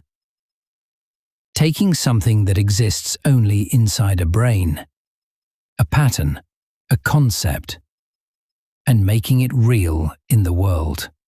And the Still Bay culture was just one of several that emerged during this extraordinary period. About 5,000 years after it disappeared, probably because a major population decline struck the region, a completely different culture arose in the same area of South Africa. Archaeologists call it Howison's Poort, and it looked nothing like what came before. Gone were the leaf-shaped spear points. In their place were tiny bladelets, some modified into standardized crescent shapes, small enough that some researchers believe they might have been arrowheads. If that is true, the people of Howison's Poort may have invented the bow and arrow, the first weapon that could kill at a distance, without the thrower having to put themselves in danger. These people also engraved pieces of ostrich eggshell with intricate geometric designs and carved animal rib bones with regularly spaced notches that might have been counting devices or musical instruments. They made glue from a mixture of plant resin and ochre powder to attach stone tools to handles. They were inventive, social, artistic. They were human, in every meaningful sense of that word. And then, Howisson's port also disappeared. Around 59,000 years ago, these sophisticated cultural traditions simply vanished from the archaeological record. The people did not die out necessarily, but their distinctive way of doing things stopped being passed down. The knowledge was lost. This pattern, innovation followed by loss, followed by reinvention, repeats itself across the African continent during the Middle Stone Age. Cultures blossomed and then faded. Techniques were invented, used for a few thousand years, and then forgotten. It was as if the human mind kept reaching toward modernity and then losing its grip, accumulating cultural knowledge and then letting it slip away. Chris Stringer, one of the world's leading paleoanthropologists, makes this point forcefully. There was no single cognitive revolution, no moment when a switch flipped and humans suddenly became modern. Instead, the features of modern human behavior appeared piecemeal, in different places and at different times, emerging and disappearing and re-emerging over hundreds of thousands of years. The trajectory was not a straight line upward. It was a jagged, uncertain, 2 steps forward, 1 step back stumble toward complexity. Why did knowledge keep getting lost? David Reich offers a compelling hypothesis based on population dynamics. For most of human history, people lived in tiny bands of a few hundred individuals. These bands were often isolated from each other, rarely exchanging members or information. And in a small, isolated group, knowledge is fragile. If the only person who knows how to make a particular type of tool dies before passing that knowledge on, the technique is gone. If a natural disaster wipes out a band, everything that band knew disappears with it. Cultural knowledge, unlike genetic information, is not stored in every cell of every individual. It is stored in minds and in the connections between minds. Break the chain of transmission and the knowledge is lost. The Tasmanian Aboriginal people, isolated on their island for about 10,000 years, lost the ability to make fire, the technology that had been central to human life for 1 million years. A small, isolated population and a technology so fundamental that we take it for granted simply vanished from their repertoire. So, the expensive brain, for all its power, was only as valuable as the network it was connected to. A single genius in an isolated band of 200 people could not by themselves sustain the full range of human cultural complexity.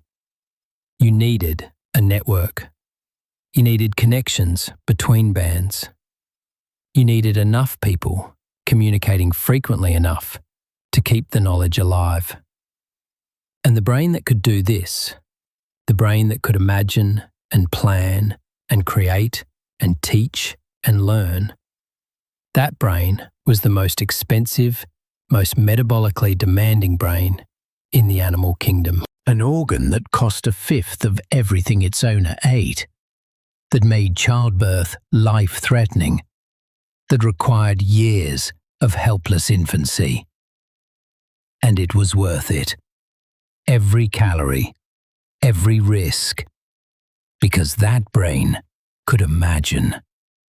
And imagination, combined with the right social conditions, with a large enough network, with enough connections to keep the knowledge alive, imagination turned out to be the most powerful survival tool in the history of life. But the brain had one more trick to play, one more adaptation that would prove to be the final ingredient in the recipe. the ingredient that took all the others, the eyes, the hands, the upright posture, the naked skin, the fire, the growing brain, and wove them together into something that no individual ingredient could have produced alone. The brain learned to speak. There is a bone in your throat called the hyoid. It is a small, horseshoe-shaped bone that sits just above the Adam's apple, and it is the only bone in the human body that does not articulate with any other bone. It floats, suspended by muscles and ligaments, serving as an anchor for the tongue and the muscles that control the larynx. Without the hyoid bone, you could not speak. You could not form the precise, rapid, infinitely varied sounds that make up human language. You could grunt, scream, howl, but you could not say, "I love you," or "Look out, there's a lion behind that bush," or "Let's meet at the waterhole tomorrow at dawn." Neanderthals had a hyoid bone almost identical to ours, which suggests they had the physical apparatus for complex vocalization. But here is where the most recent and most surprising genetic evidence comes in. Evidence that suggests the story is much more complicated than the hyoid alone can tell. David Reich, the Harvard geneticist whose work has transformed our understanding of human ancestry, describes a line of research based on epigenetic modification of ancient genomes. Epigenetics is the study of how genes are turned on and off in different tissues, not by changes to the DNA sequence itself, but by chemical decorations, methylation marks, that silence or activate genes depending on context. And these methylation patterns can, remarkably, be read from ancient DNA. When researchers compared the methylation maps of Neanderthal, Denisovan, and modern human genomes, they found roughly 1,000 regions that were systematically different on the modern human lineage. And when they asked what biological systems these regions were associated with, the answer was startling. The strongest signal by far was in genes related to the vocal tract, the larynx, the pharynx, the soft tissue structures that shape the sounds we make. This is extraordinary because soft tissue does not fossilize. We cannot look at a Neanderthal skull and know what their throat looked like. But the epigenetic data tells us that something changed, specifically on our lineage, in the genes that control how the vocal tract develops. Changes that would have reshaped the shape of the throat, the position of the larynx, the flexibility of the tongue, in ways that are associated with the full range of sounds that modern humans can produce. Think about what this means. It is possible, though we cannot be certain, that the ability to produce the full range of human speech sounds is a relatively recent adaptation, specific to our lineage, absent in our closest cousins. And if that is true, then language, full symbolic language with grammar and syntax, and the ability to construct sentences of arbitrary complexity, may be more recent than we thought. Not millions of years old, possibly hundreds of thousands of years old, possibly even younger. Now, I need to be careful here, because this is a topic where the science is genuinely unsettled. Some researchers believe that something like language existed in rudimentary form as far back as Homo erectus, 1 million or more years ago. Others think that true symbolic language, the kind that allows you to talk about things that are not present, to plan for the future, to tell stories about the past, to create abstract concepts, arrived much later, perhaps as recently as 50 to 100,000 years ago. What we can say with confidence is this. By 300,000 years ago, Homo sapiens had the anatomical equipment for speech. By 100,000 years ago, the evidence for symbolic behavior, art, decoration, ritual burial is widespread across Africa. And by 50,000 years ago, Something had clearly changed. The archaeological record shows an explosion of cultural complexity.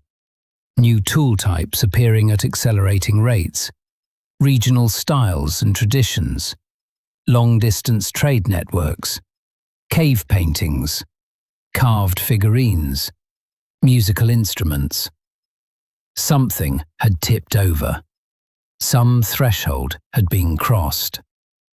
And the most plausible explanation, the one that best fits the evidence, is that language had reached a level of complexity that enabled a new kind of social organization.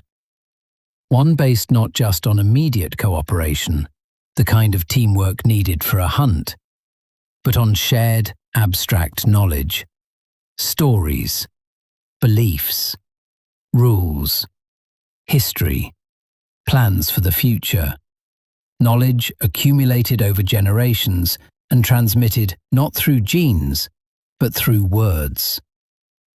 Think about what happens when language becomes rich enough to tell stories. A story is not just entertainment, though it is that too.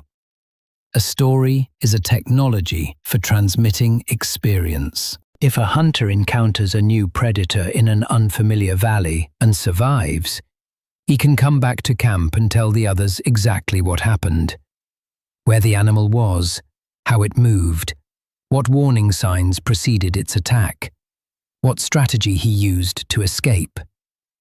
Now every member of the group has that experience in their memory, even though only one person actually lived it. The group's collective knowledge has expanded at no additional risk. And stories do something else. They create shared identity. When a group has stories about where they came from, about the deeds of their ancestors, about why the world is the way it is, they are bound together by something that transcends immediate self-interest. They have a common history, a common mythology, a sense of us that distinguishes them from them. This capacity to create group identity through shared narrative would eventually allow human groups to grow far beyond the small bands of 20 or 30 that characterized earlier hominins. With shared stories, you could bind together hundreds of people who had never met. You could create tribes, alliances, nations. Music may have emerged during this same period, though its origins are even harder to trace than those of language. Perhaps it began with rhythm. A group gathered around a fire, striking the ground with sticks, echoing the footfalls of the day's hunt. The repeated sound awakening something collective, a shared vibration, a resonance that bound the group together in a way that words alone could not.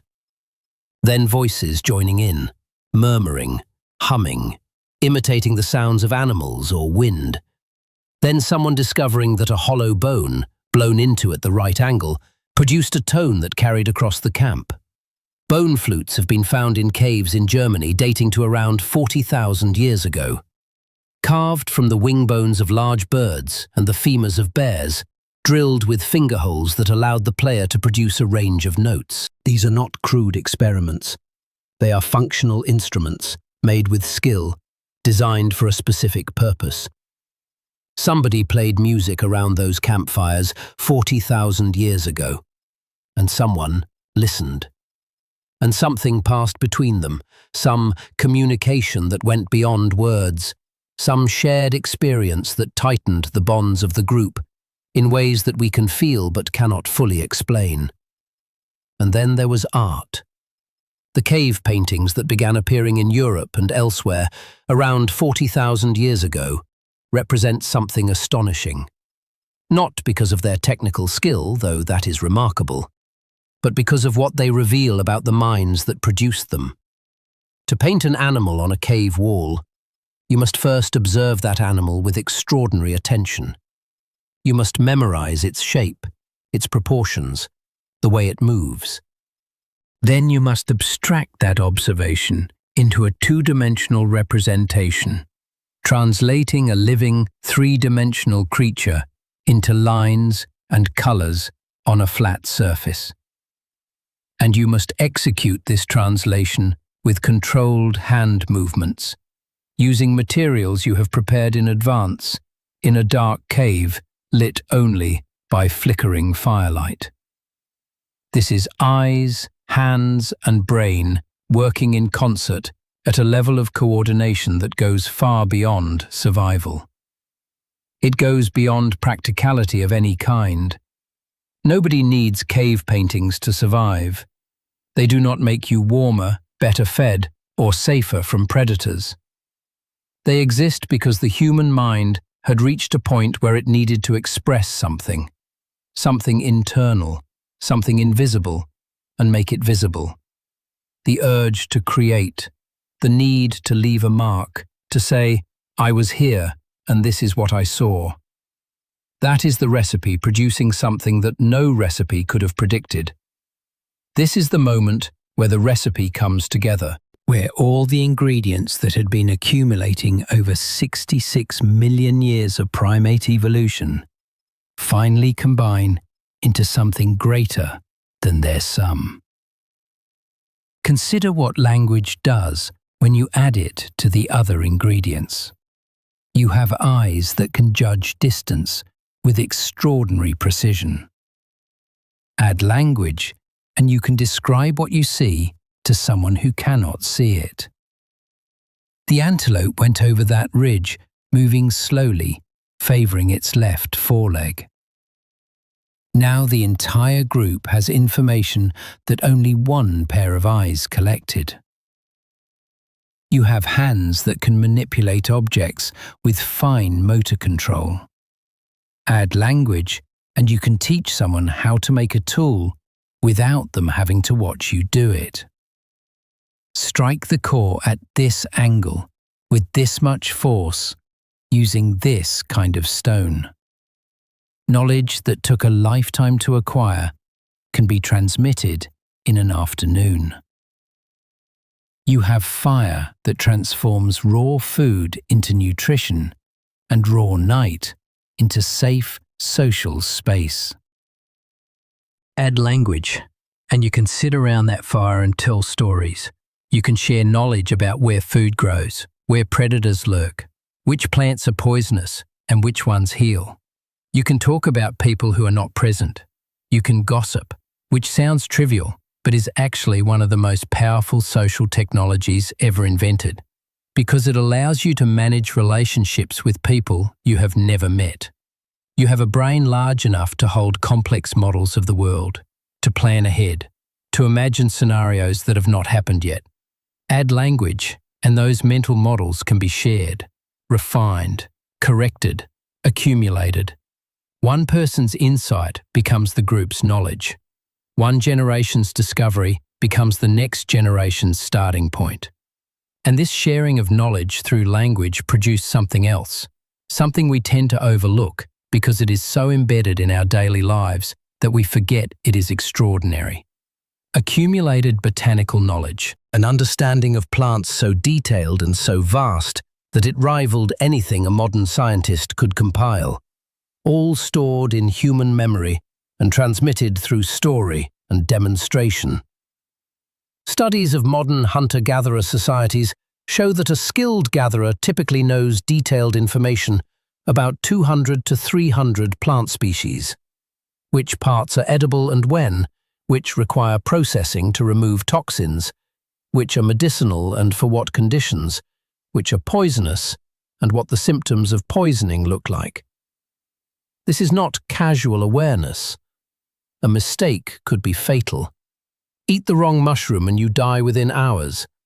Fail to properly prepare certain roots and you spend 3 days with crippling intestinal pain. Every piece of this knowledge was paid for with someone's suffering, someone's illness, someone's death, and then preserved through language, passed from parent to child, from elder to apprentice, in chains of transmission stretching back thousands of generations. The second source transcript captures this process in a scene of gathering, an older woman showing a younger relative the difference between an edible root and a nearly identical plant that would kill you. 3 veins in the leaf instead of 5. That tiny difference means the other plant would shut down your breathing within hours. This is education, but it looks nothing like a classroom. It is survival knowledge, encoded in stories, demonstrated with actual plants, reinforced through years of observation and practice. And all of it depends on language. Without language, that older woman's knowledge dies with her. With language, it persists indefinitely, growing richer and more nuanced with each generation. This is what the recipe produces.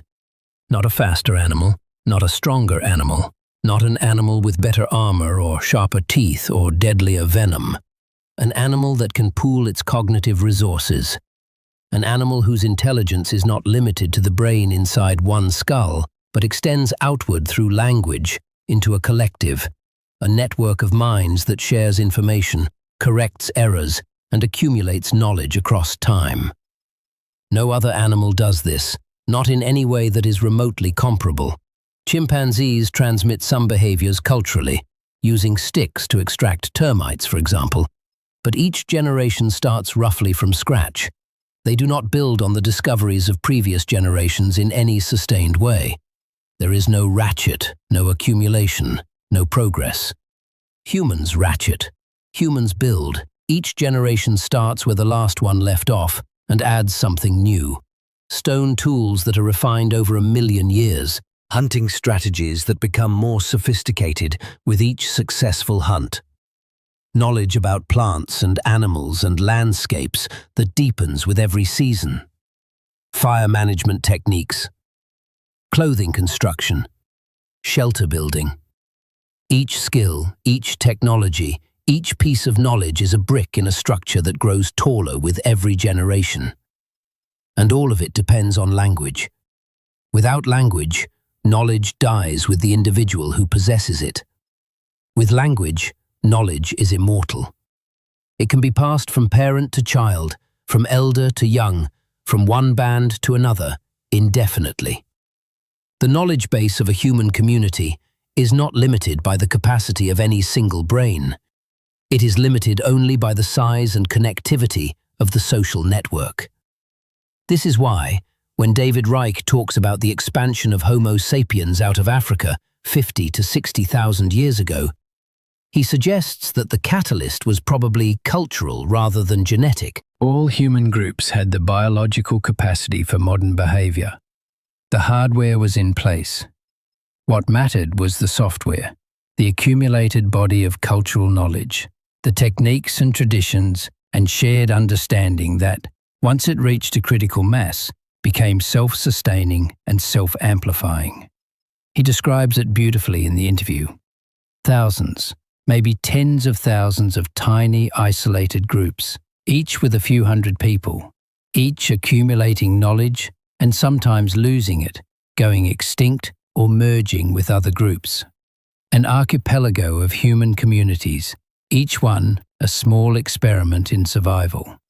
And somewhere in one of those communities, or perhaps in a network of interconnected communities, the accumulation of knowledge reached a tipping point. The recipe, assembled over 66 million years, one ingredient at a time, finally produced its result. And that result was explosive. But the recipe had given our ancestors an advantage over what exactly? Advantage over the elements, over predators, over drought and cold and starvation certainly. But there was another test waiting, one that our ancestors could not have prepared for, because it involved something they had never encountered before. Other people. Not other bands of Homo sapiens, other species of human. People who looked almost like them, who made tools and buried their dead and painted cave walls, who had been living in Europe and Asia for hundreds of thousands of years before Homo sapiens arrived. People who had their own version of the recipe, their own ingredients, their own hard-won adaptations to landscapes that sapiens had never seen. Language gave us an edge. But an edge over whom? And what happened when that edge met its match? Here is something that takes a moment to absorb. As recently as 70,000 years ago, there were at least 5, and possibly more, separate species of human beings living on this planet simultaneously. Let that settle. 5 species of human. Not 5 races, not 5 populations. 5 genuinely distinct species, as different from each other as lions are from tigers, living at the same time on the same planet, in some cases on the same continent. And today, there is one. Just us. Homo sapiens. The last one standing. The others had names. Homo neanderthalensis, the Denisovans, Homo floresiensis, Homo naledi, possibly Homo luzonensis, possibly Homo erectus, still hanging on in remote corners of Southeast Asia, and possibly others that we have not yet found, or have only glimpsed as ghostly signatures in the DNA of living people. Ancient lineages that interbred with our ancestors but left no fossils, no tools, no trace except a few stretches of borrowed genetic code still swimming in our chromosomes. These were our family. Not in the metaphorical sense, in the literal biological sense. We shared common ancestors with every one of them. They were our cousins. And now they are gone. The best known of these cousins are the Neanderthals, and the story most people have heard about them is wrong, or at least deeply incomplete.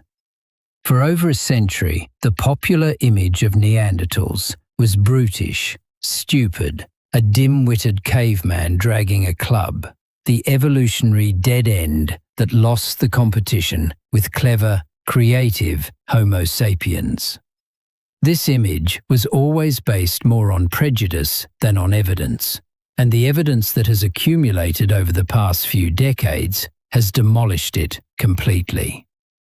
Neanderthals had brains at least as large as ours, and in some individuals, larger. Their skulls were shaped differently, longer and flatter, with a pronounced brow ridge and a face that projected forward. But brain size alone is not the whole story. What matters is what the brain is doing. And the archaeological record tells us that Neanderthal brains were doing a great deal. Neanderthals made sophisticated tools. They made hafted spears with stone points attached, using plant resin adhesives, which requires collecting, preparing, and combining multiple materials according to a specific procedure. They used prepared core techniques that demanded complex planning and sequencing. They built shelters from wood and animal hides.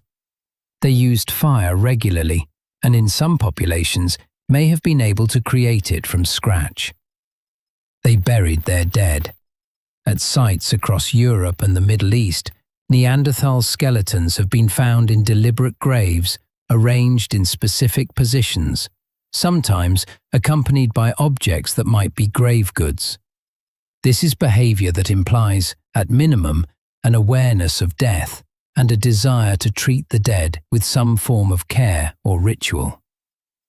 They made art. In Spanish caves, hand stencils have been found that were created by blowing pigment over a hand pressed against the wall, dated to a time before Homo sapiens had arrived in Europe. Stalactites and stalagmites, painted with red pigment. These were made by Neanderthals. They also used eagle talons as pendants, probably as ornaments or symbols. And they used ochre, that same symbolic pigment that Homo sapiens was using in Africa. Neanderthals in Europe were grinding ochre and applying it for purposes that likely involved body decoration or other symbolic behavior. In other words, Neanderthals were not stupid. They were not primitive. They were a highly adapted, culturally complex, cognitively sophisticated species that had thrived in Europe and Western Asia for over 250,000 years. They survived ice ages that would have killed most species. They hunted mammoths and woolly rhinoceros in conditions of extreme cold, using techniques that required extraordinary physical courage and cooperative planning. They were formidable. So what happened to them? The honest answer is that we do not fully know. But the evidence points to a combination of factors, and competition with incoming Homo sapiens was almost certainly the most important. Around 45,000 years ago, Homo sapiens entered Europe. They came from Africa, through the Middle East, following routes that earlier human species had also taken. But these sapiens were different. They had more complex tools. They had long-range projectile weapons, spear throwers that could launch a spear 3 times farther than a Neanderthal could throw one. They had larger social networks, connecting groups across wider territories, enabling trade, information sharing, and mutual support. And they had language. Full, complex, symbolic language. Language that could coordinate the activities of groups larger than the small family bands that Neanderthals lived in. Language that could transmit accumulated cultural knowledge more efficiently. Language that could bind strangers together through shared stories, shared beliefs, shared identity. The encounter between sapiens and Neanderthals was not a single event. It was a process that unfolded over roughly 15,000 years, from the first contact around 45,000 years ago to the final disappearance of the last Neanderthal populations in the caves of Gibraltar around 30,000 years ago. 15,000 years of coexistence, competition, and occasional interbreeding. That is longer than the entire span from the last ice age to the present day. In some places, and at some times, the two species likely avoided each other, occupying different territories, exploiting different resources. A sapiens band moving into a valley might have noticed signs of Neanderthal habitation, fire scars on rocks, flint chips on the ground, the remains of a butchered animal, and chosen to move on to unoccupied territory. There was, after all, a great deal of empty land. Europe during the Ice Ages was sparsely populated by human standards. There was room. But as sapiens populations grew and their territory expanded, avoidance became harder, and in other instances, conflict was probably unavoidable. Two apex predators competing for the same prey in the same landscape is a recipe for violence, and the archaeological record hints at it. Neanderthal fossils bearing wounds consistent with sapiens' weapons have been found. But violence alone does not explain the Neanderthal extinction. The more likely scenario is that sapiens simply outcompeted Neanderthals for resources. With larger social groups, better communication, and more flexible technology, sapiens were more efficient foragers and more effective hunters. They could exploit a wider range of food sources, adapt more quickly to changing conditions, and recover from setbacks that would devastate smaller, more isolated populations. And there was interbreeding. We know this now with absolute certainty, because the DNA evidence is unambiguous. All modern humans outside of Africa carry between 1% and 4% Neanderthal DNA. This means that sapiens and Neanderthals did not merely coexist, they mated. They produced offspring, and some of those offspring survived and thrived, carrying Neanderthal genes forward into the modern human population. How did this happen? We can only speculate. Perhaps a lone Neanderthal, separated from their group by disaster or wandering, was adopted into a sapiens band. Perhaps encounters at the edges of territories led to occasional pairings. Perhaps in some places and at some times, the two species lived in close enough proximity that intermarriage, if we can call it that, was relatively common. The first source transcript offers a poignant imagining. A young and solitary Neanderthal, perhaps the lone survivor of a predator attack, might have been found by a band of sapiens. Out of compassion, they adopted him, and over time, he became part of the modern human group. His unusual appearance and imposing physique may have inspired attraction, especially if he excelled as a skilled hunter. We will never know exactly how it happened, but the genetic evidence is clear. The Neanderthals did not disappear entirely. Part of their lineage merged with ours. They live on, in diluted form, in the DNA of billions of modern humans. But here is what makes the Neanderthal story most remarkable, and what connects it back to our recipe. David Reich, in his ongoing research, has raised a possibility that is genuinely startling. The standard model of human evolution, the one you probably learned in school, says that modern humans and Neanderthals are separate branches that split from a common ancestor 500 to 700,000 years ago. But Reich has found evidence that the actual relationship may be much more complicated. Mitochondrial DNA and Y chromosome data suggest that the split between Neanderthals and modern humans on those particular genetic lineages is only about 300 to 400,000 years old, much more recent than the whole genome estimate. And the amount of modern human DNA in Neanderthals may be far larger than the 3 to 5% that has been the standard estimate. Reich has explored models where 30, 50, even 70% of Neanderthal DNA came from gene flow with modern human populations. If something like that is correct, then the distinction between modern and archaic humans becomes blurry to the point of meaninglessness. As Reich himself asks, are modern humans archaic? Are Neanderthals modern? This is science in motion. Science that is being done right now, with conclusions that could reshape everything we think we know about who we are and where we came from. The recipe, as it turns out, may have been even more complex than we realized, with ingredients flowing back and forth between different human lineages in ways that the simple branching tree model cannot capture. And the Neanderthals were not the only cousins our ancestors encountered. In Asia, another group of archaic humans, the Denisovans, left an even more surprising genetic legacy. We know almost nothing about Denisovans from fossils. The entire physical evidence consists of a finger bone, a few teeth, and a jaw fragment from a cave in Siberia. But their DNA, extracted from that tiny finger bone, tells us that they were widespread across Asia, that they interbred with Homo sapiens, and that modern Melanesians and Aboriginal Australians carry up to 6% Denisovan DNA. Think about the strangeness of that.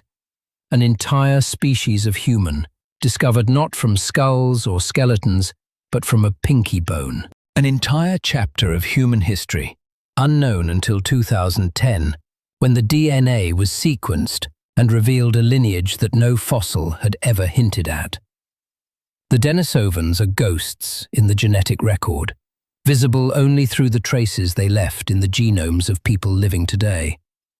One of the most remarkable discoveries about Denisovan genes involves adaptation to high altitude.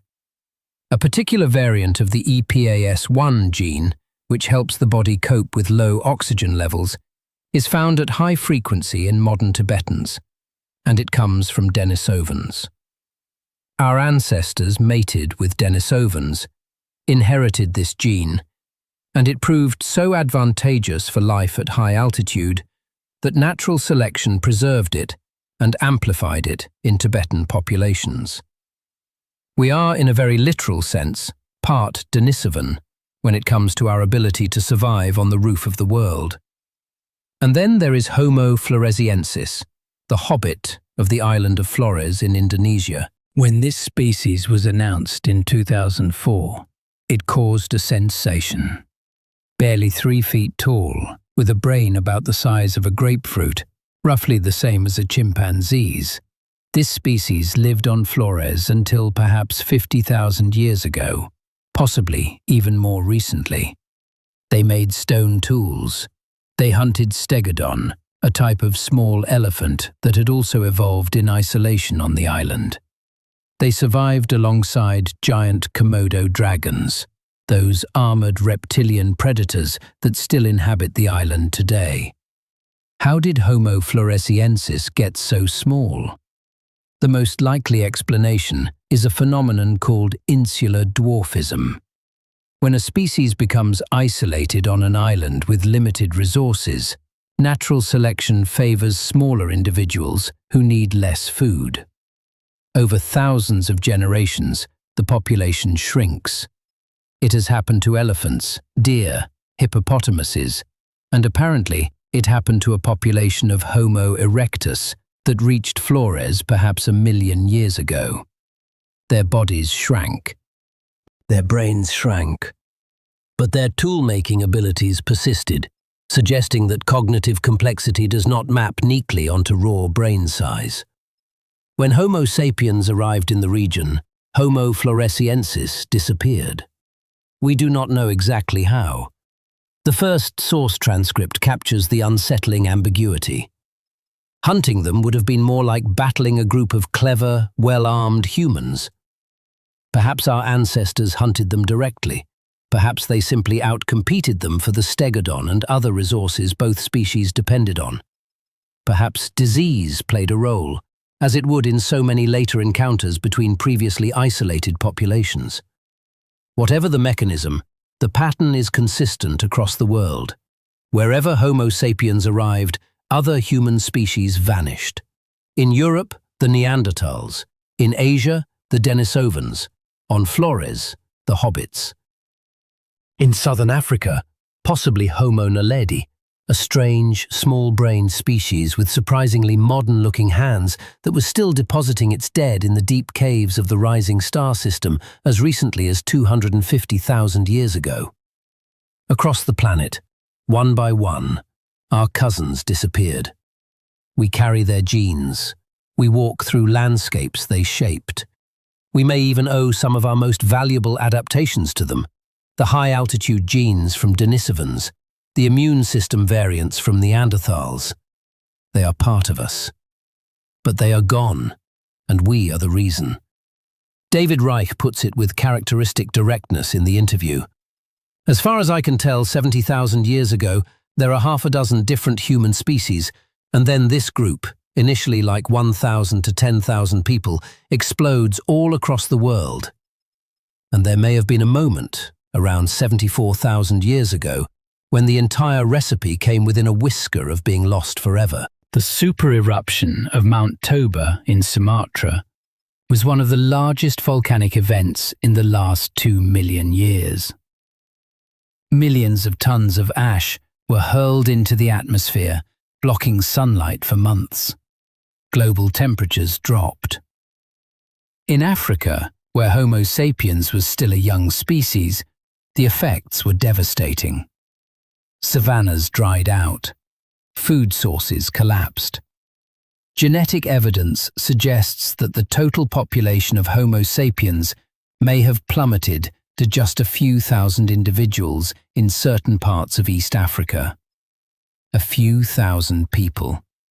The entire future of our species, every human alive today, every civilization, every language, every piece of music ever composed, every building ever constructed, all of it depending on the survival of a group that could fit inside a single large room.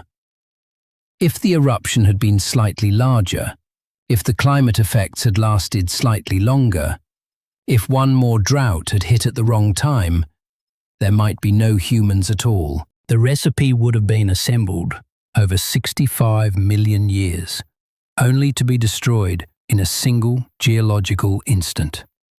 But they survived. They survived because the recipe, even at this early stage, was already robust enough to endure catastrophe. They could eat almost anything. They could find water in the most marginal environments. They could cooperate, share, support each other through the worst conditions.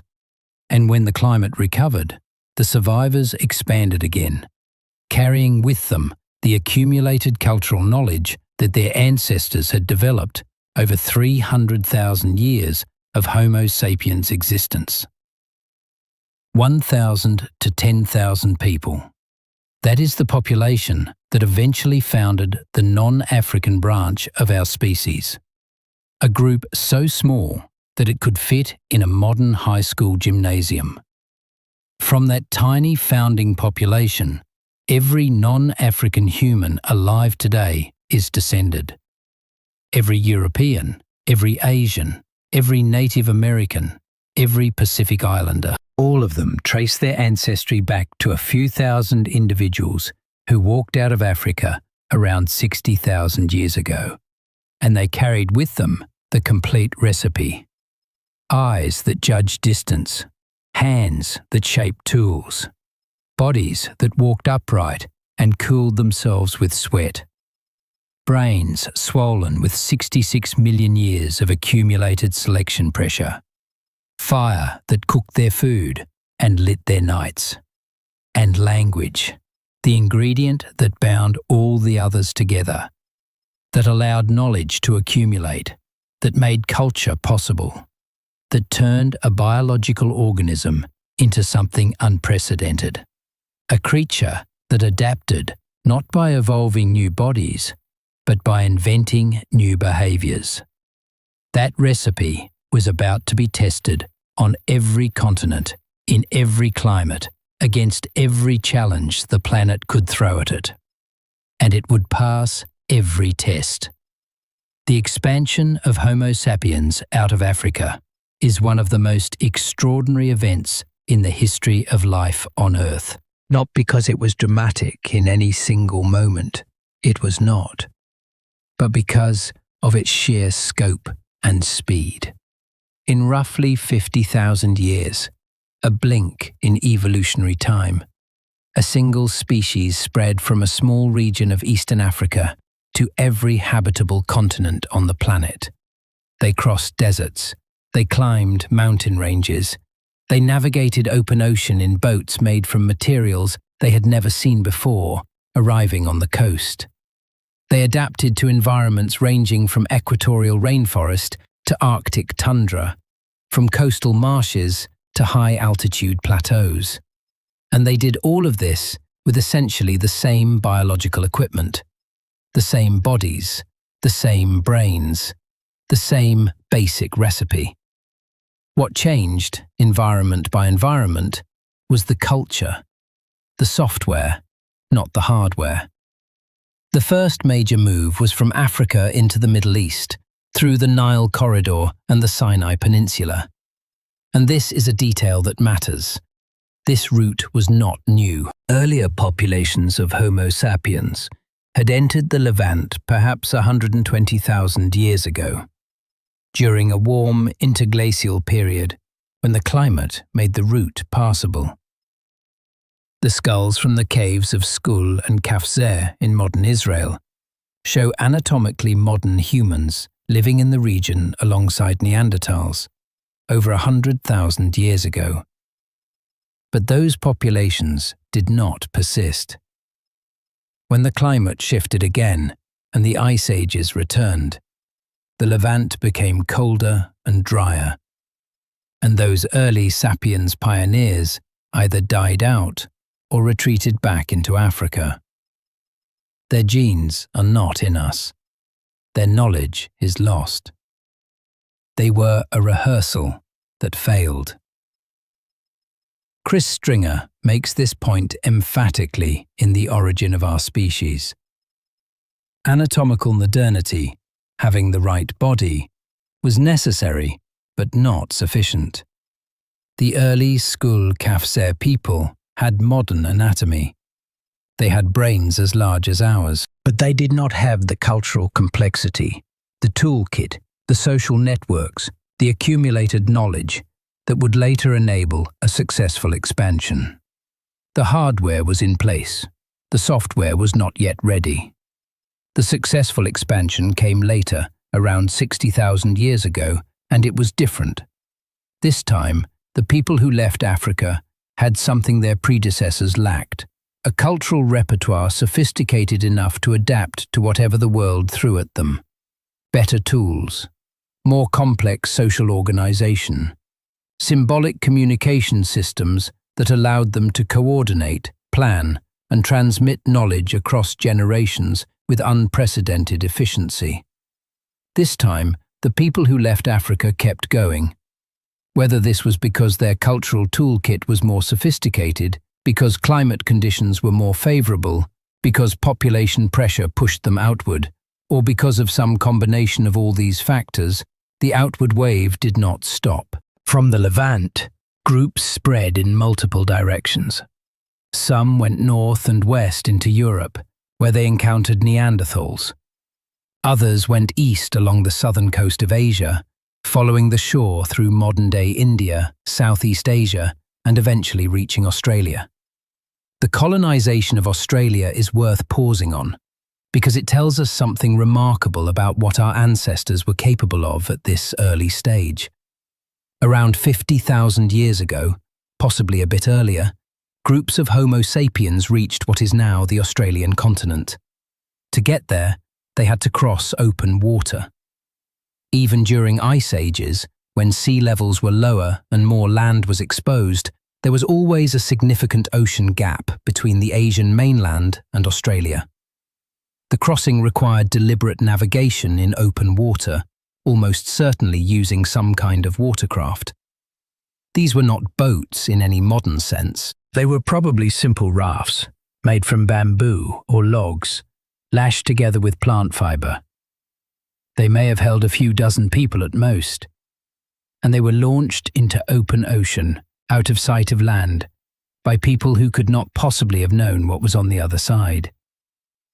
This was not a casual river crossing. It was a deliberate expedition into the unknown. Think about what that required. It required the ability to build a watercraft, which implies knowledge of materials and construction techniques. It required the social organization to coordinate a group large enough to make the crossing viable. It required the cognitive capacity to conceive of land beyond the visible horizon, to believe that something might be out there even though you could not see it. And it required courage, the willingness to leave everything you know and paddle into a featureless ocean, on the hope that you will find something worth landing on. When they arrived, they encountered a continent unlike anything they had ever seen.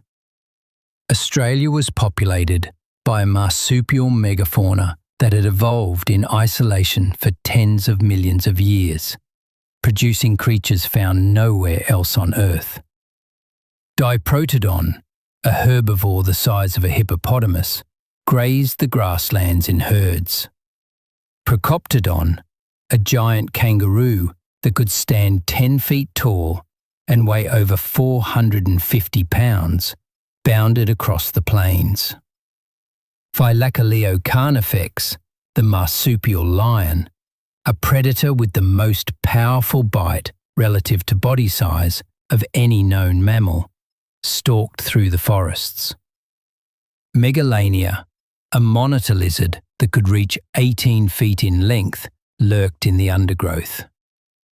None of these animals had ever encountered a human being.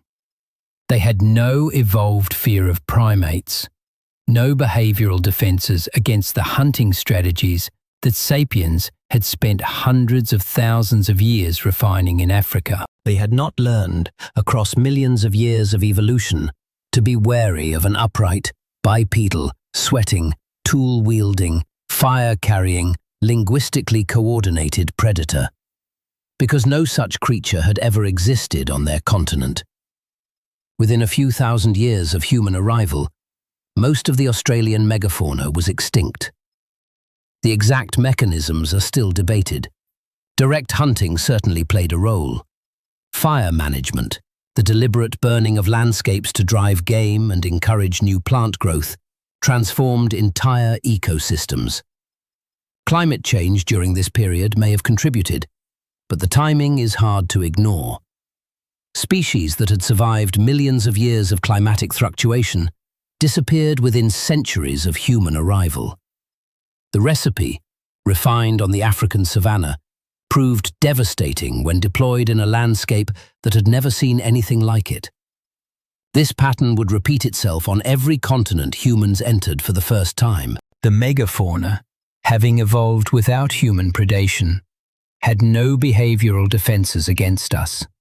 And we, with our cooperative hunting, our fire, our projectile weapons, and our relentless persistence, were the most efficient predators the planet had ever produced. Along the coast of what is now India and Southeast Asia, other groups were developing entirely different strategies. Coastal populations exploited marine resources: fish, shellfish, seaweed, sea mammals. Shellfish in particular offered a remarkably reliable food source. Tidal zones are productive ecosystems that replenish themselves naturally. You do not need to track shellfish or chase them down or outrun them. You walk to the shore at low tide and collect them. This may sound unimpressive compared to the drama of persistence hunting, but for a species spreading along unfamiliar coastlines into unknown territories, the reliability of intertidal food sources was invaluable. The evidence for this coastal adaptation comes from shell middens, enormous piles of discarded shells that accumulated at coastal sites over thousands of years. Some of these middens are yards deep, representing generation after generation of shellfish harvesting. At Pinnacle Point in South Africa, there is evidence that humans were exploiting coastal resources as early as 164,000 years ago, well before the major expansion out of Africa. The coast was not a marginal environment. For many human populations, it was the foundation of survival. As groups moved further from Africa, they encountered environments that were progressively more alien, and in each new place, the recipe produced different cultural solutions. Further north, in the colder latitudes of Eurasia, human groups adapted to entirely different challenges. The Ice Ages, which cycled through periods of extreme cold and relative warmth, created environments that demanded every ounce of ingenuity the human recipe could provide. In Europe, during the glacial periods, temperatures were dramatically lower than today. Snow and ice covered vast areas. The landscape was open tundra or cold steppe, home to mammoths, woolly rhinoceroses, reindeer, and other cold-adapted megafauna. Surviving here required clothing, shelter, fire management, food preservation, and seasonal planning at a level that tropical Africans had never needed. And human groups rose to the challenge. They developed tailored clothing, sewn with bone needles using sinew thread, fitted to individual bodies, layered for warmth. They built shelters from mammoth bones and hides. They developed food preservation techniques, drying and smoking meat for storage during the lean months of winter. They tracked animal migrations across hundreds of miles of territory, coordinating their own movements with the seasonal rhythms of the herds they depended on. The evidence from this period includes some of the most stunning artistic achievements in all of human history.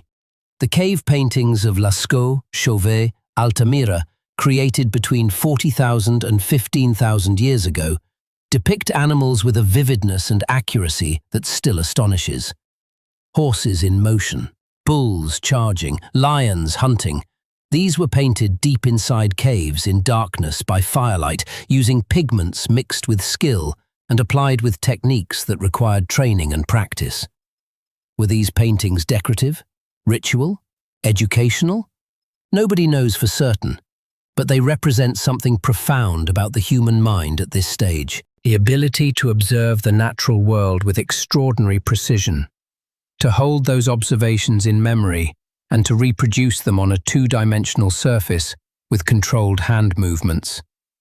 Eyes, hands and brain working together in a way that produces something that has no survival value whatsoever, but that speaks, across 40,000 years, to something in us that recognizes beauty and meaning and the desire to leave a mark on the world. Meanwhile, other groups of sapiens were pushing into territory where no human had ever set foot. The colonization of the Americas happened toward the end of the last ice age, when lower sea levels exposed a land bridge between Siberia and Alaska. People walked across this bridge, or possibly followed the coast in boats, and entered a continent that stretched from the Arctic to the Antarctic and contained every environment imaginable, from ice sheets to deserts to tropical rainforests to towering mountain ranges. And somewhere during this long period of coexistence with wild animals, the relationship between humans and wolves shifted. The boldest wolves, the ones least afraid of humans, began to approach camps, drawn by scraps of food and the warmth of fires. Humans noticed that these animals served a useful function, barking at approaching predators, alerting the camp to danger in the night. Over hundreds, then thousands of years, a partnership formed. Wolves that tolerated humans survived more easily. Humans who tolerated wolves benefited from an early warning system and a hunting partner. This was not a deliberate decision. Nobody sat down and decided to domesticate the wolf. It happened gradually, organically, through mutual benefit. The wolves became dogs. Their skulls shortened, their teeth became smaller, their temperaments became gentler. And humans gained the first species they would ever consciously share their lives with. An animal that understood human gestures, responded to human voices, and worked alongside humans in ways that no wild animal ever had. The dog was the first ingredient that humans added to the recipe deliberately, even if they did not know they were doing it. Before agriculture, before pottery, before the wheel, there was the dog, sitting by the fire, watching the dark for danger. The first friend. The speed of the American colonization is breathtaking. Current evidence suggests that people reached the southernmost tip of South America within a few thousand years of first entering the continent. Thousands of miles of unknown territory, traversed by small bands of people on foot, adapting to new environments as they went, learning new plants, new animals, new dangers, new opportunities, inventing new solutions to new problems, all with the same basic biological equipment they had carried out of Africa. In North America, the tundra of the far north sculpted compact, resilient bodies. In the high Andes, lungs expanded over generations to extract more oxygen from the thin mountain air. In the Amazon rainforest, communities adapted to heat, humidity, and the particular challenges of navigating dense vegetation with limited visibility. In the deserts of the American Southwest, people learned to find and conserve water in landscapes that received only a few inches of rain per year. Each environment posed different problems, and each group solved those problems differently, using the same basic cognitive toolkit: observe, remember, share, adapt. The biological uniformity of the species, the fact that a baby born in Alaska and a baby born in Patagonia had essentially identical genetic potential, was matched by extraordinary cultural diversity. And everywhere they went, the recipe produced different results. The same ingredients, the same eyes and hands and brains and language, responded to different environments by developing different cultures, different tools, different hunting strategies, different clothing, different shelter, different art, different music, different beliefs. The biological uniformity of the species, the fact that all these people were genetically almost identical, was matched by an extraordinary cultural diversity. Same hardware, infinite software. Over time, the physical bodies adapted too, though slowly and subtly compared to the rapid cultural changes. In Africa, melanin remained abundant, protecting against intense ultraviolet radiation. In Northern Europe, lighter skin evolved, allowing more efficient production of vitamin D in environments with less sunlight. In high-altitude Tibet, genes inherited from Denisovans helped populations cope with low oxygen. In the Arctic, compact body shapes with shorter limbs reduced heat loss. But these physical adaptations were minor compared to the cultural ones. A human group entering a new environment did not need to wait for natural selection to reshape their bodies over thousands of generations. They could make warm clothing in a single season. They could learn which local plants were edible within a few years. They could develop hunting strategies for unfamiliar prey within a generation. Culture moved faster than genes, and that speed was the whole point of the recipe. By about 12,000 years ago, Homo sapiens had reached every continent except Antarctica. A single species, occupying every major ecosystem on Earth, from tropical coastlines to frozen tundra to high-altitude deserts. No other large animal in the history of life had ever accomplished anything remotely comparable. And then, in one of those unpredictable turns that seem to characterize the human story, something happened that nobody could have predicted. Something that would transform the recipe from a survival strategy into something else entirely. Something that would change the relationship between humans and the natural world so fundamentally that the consequences are still unfolding today. Somewhere in the hills of what is now southern Turkey, a group of hunter-gatherers, people who lived exactly as their ancestors had lived for 300,000 years, did something new. They started building. Not shelters, not camps. Something larger. Something that had never existed before. And that, once it existed, would set in motion a chain of events leading to agriculture, cities, writing, empires, and eventually to you lying in your bed, listening to this, in a building made of materials that were pulled from the earth by machines that were designed by brains that were, ultimately, shaped by the recipe. Göbekli Tepe sits on a hilltop in southeastern Turkey, and it should not exist. Not there, not then, not like that. The site consists of massive stone circles dominated by T-shaped pillars, some of them standing 18 feet tall and weighing up to 20,000 pounds. The pillars are decorated with carved reliefs of animals: foxes, lions, scorpions, vultures, snakes, wild boar. The carvings are precise, confident, the work of people who knew exactly what they were doing. The construction is monumental, requiring the coordinated effort of hundreds of workers over extended periods. And it was built around 11,600 years ago by hunter-gatherers. People who did not farm. People who had no permanent settlements.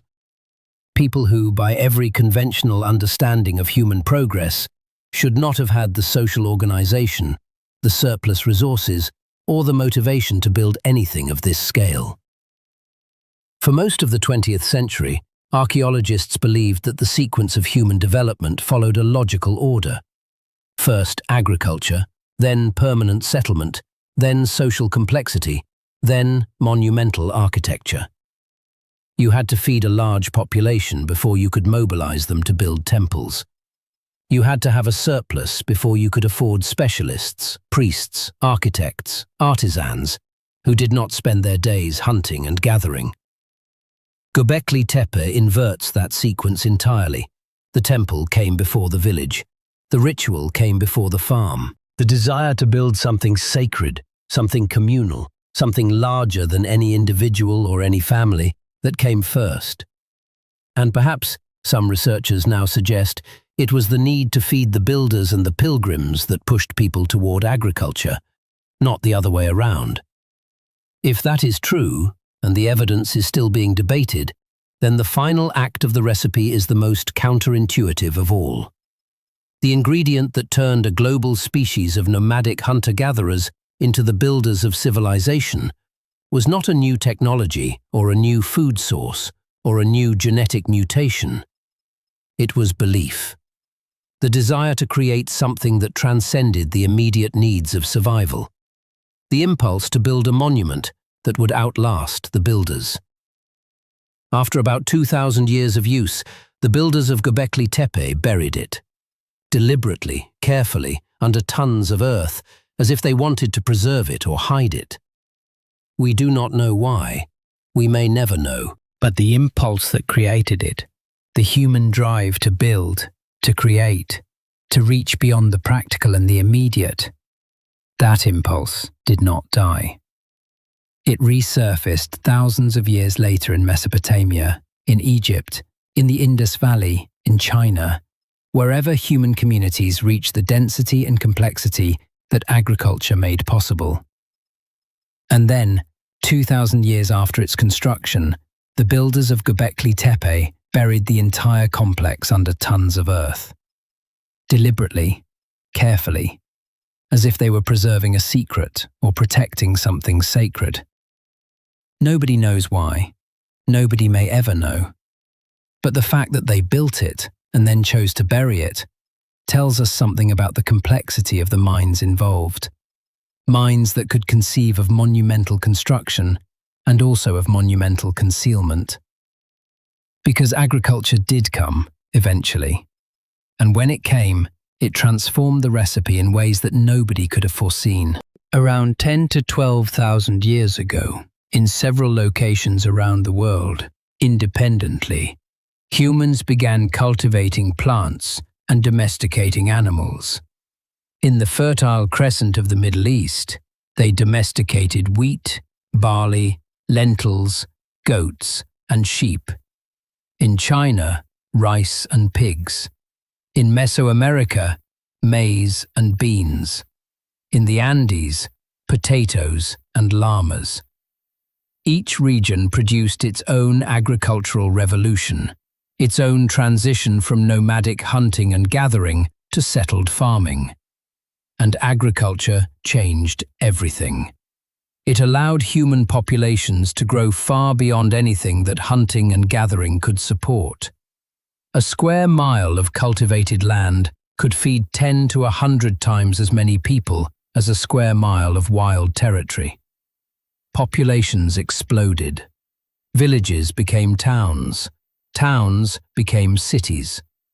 Cities became the centers of something entirely new in human experience: civilization. With civilization came writing, because agriculture produced surpluses that needed to be tracked, and memory alone was no longer sufficient. In Mesopotamia, around 5,000 years ago, the first writing appeared. Marks pressed into wet clay, recording quantities of grain, numbers of livestock, debts owed and paid. What had been words carried away by the wind became permanent records. Knowledge that had been locked inside individual brains could now be stored outside them, on tablets that outlived their creators by millennia. With civilization came specialization, because cities contained people who did not grow their own food and could devote their entire lives to other pursuits. Potters, weavers, metalworkers, soldiers, priests, scribes, merchants. Each one contributing to a collective enterprise that was vastly more complex than anything a hunter-gatherer band could have imagined. In Mesopotamia, between the Tigris and the Euphrates, the consequences of agriculture reached their fullest early expression. Here, in a dry, hot land where the rivers flooded unpredictably, leaving behind fertile black mud that could grow extraordinary crops, but could also wash away entire villages, humans learned to control water. They dug canals. They built irrigation networks. They turned an unreliable landscape into a reliable food source through sheer collective engineering. And from that irrigation network, like fruit from a well-tended vine, the city was born. Uruk, one of the first true cities in human history, rose from the flat Mesopotamian plain around 5,000 years ago. At its peak, it held tens of thousands of people living in close proximity, working in specialized roles, governed by laws, worshipping gods who had personal names and demanded temples and offerings. With civilization came organized religion, formal systems of belief that gave structure and meaning to communities far larger than the small bands in which human psychology had evolved. Gods with names and temples and priesthoods, rituals that bound communities together and reinforced social norms. Creation stories that explained where people came from, and moral codes that dictated how they should behave. And with civilization came war. Not the small-scale skirmishes between rival bands that had characterized human conflict for hundreds of thousands of years, but organized, large-scale, state-directed violence. Armies with rank and command structure. Fortified cities with walls thick enough to resist siege.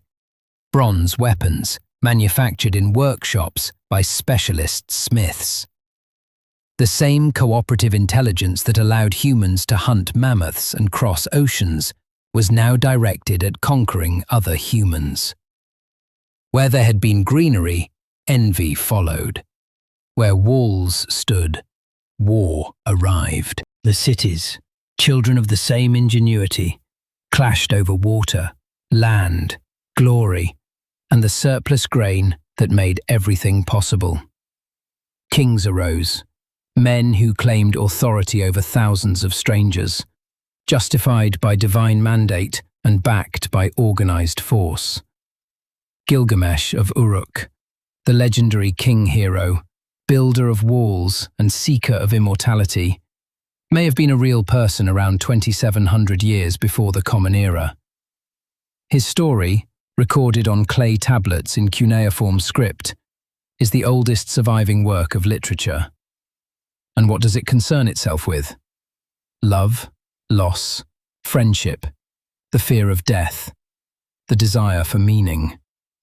The same preoccupations that had occupied the human mind around 100,000 campfires in 100,000 nights across 100,000 years. The recipe had produced civilization, but the minds that built civilization were still the minds that had evolved on the savannah, still asking the same questions, still feeling the same feelings, still longing for the same things.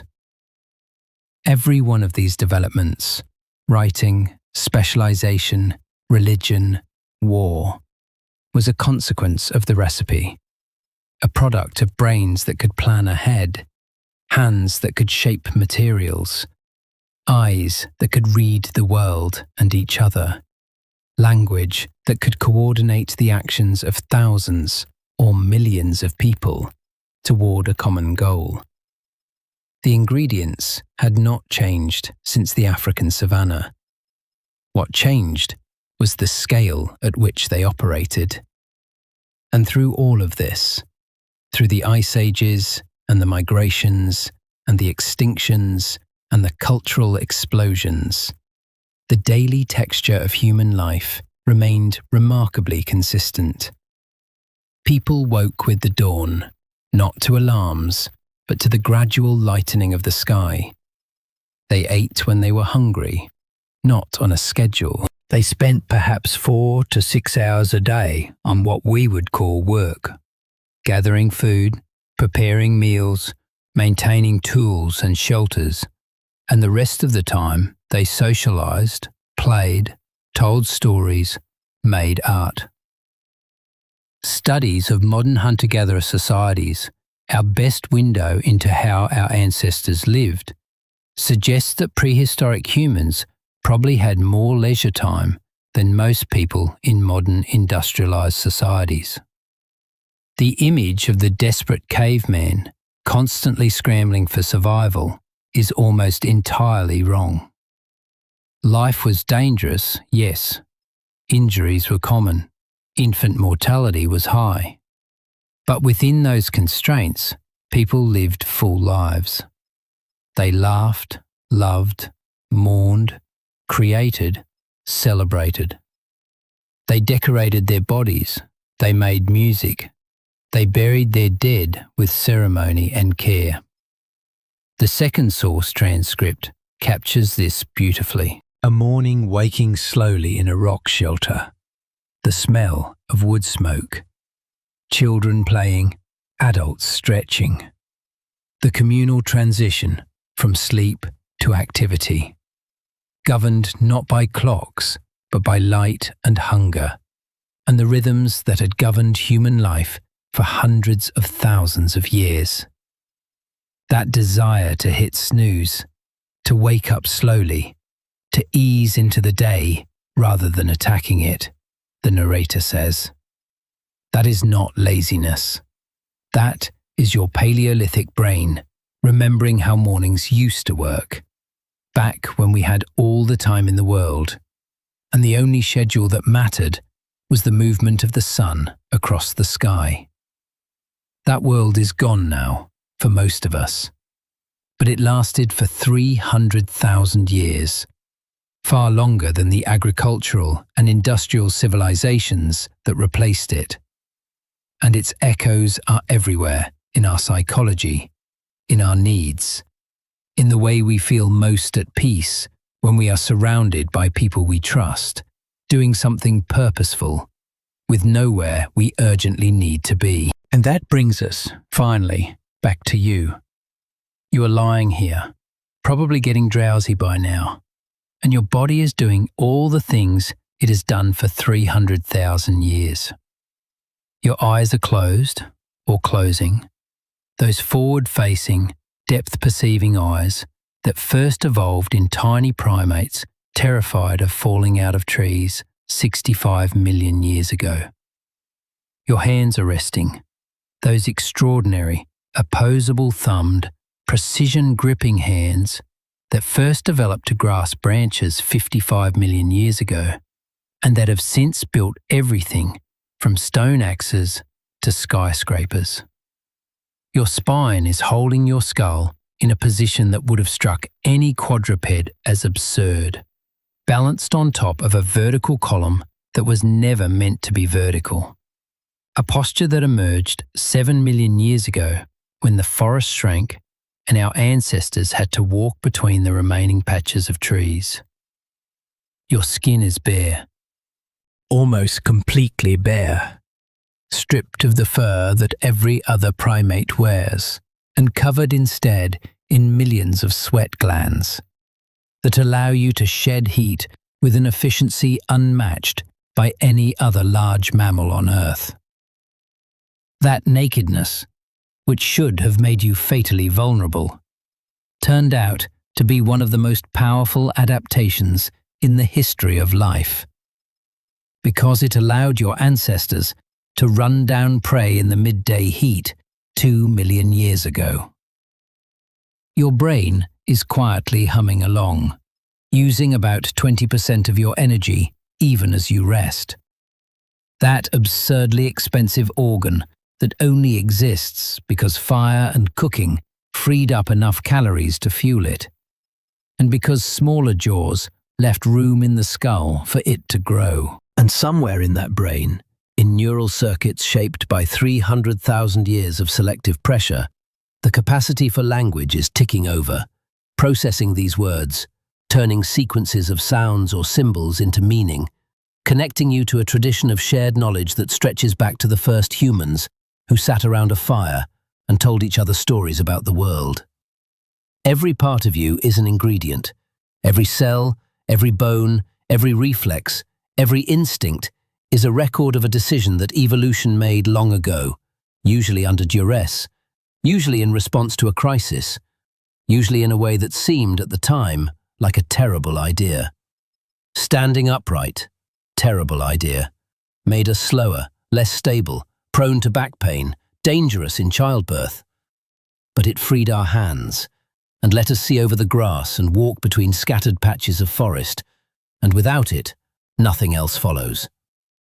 Losing our fur, terrible idea. Stripped away our insulation, made us dependent on fire and clothing for survival in most climates. But it gave us the ability to sweat, which gave us endurance, which gave us a hunting strategy that no other predator could match. Growing an enormous brain, terrible idea. Consumed a ruinous share of our energy, made childbirth life-threatening, required years of helpless infancy. But it gave us tools and planning and imagination and eventually language. And language gave us culture, and culture gave us everything else. Every ingredient by itself a mistake, a vulnerability, a cost with no obvious payoff. But together, assembled in the right order, under the right pressures, on the right continent, over 66 million years of trial and error, they produced the most improbable, most dominant, most creative, most destructive, most extraordinary species this planet has ever seen. That is you.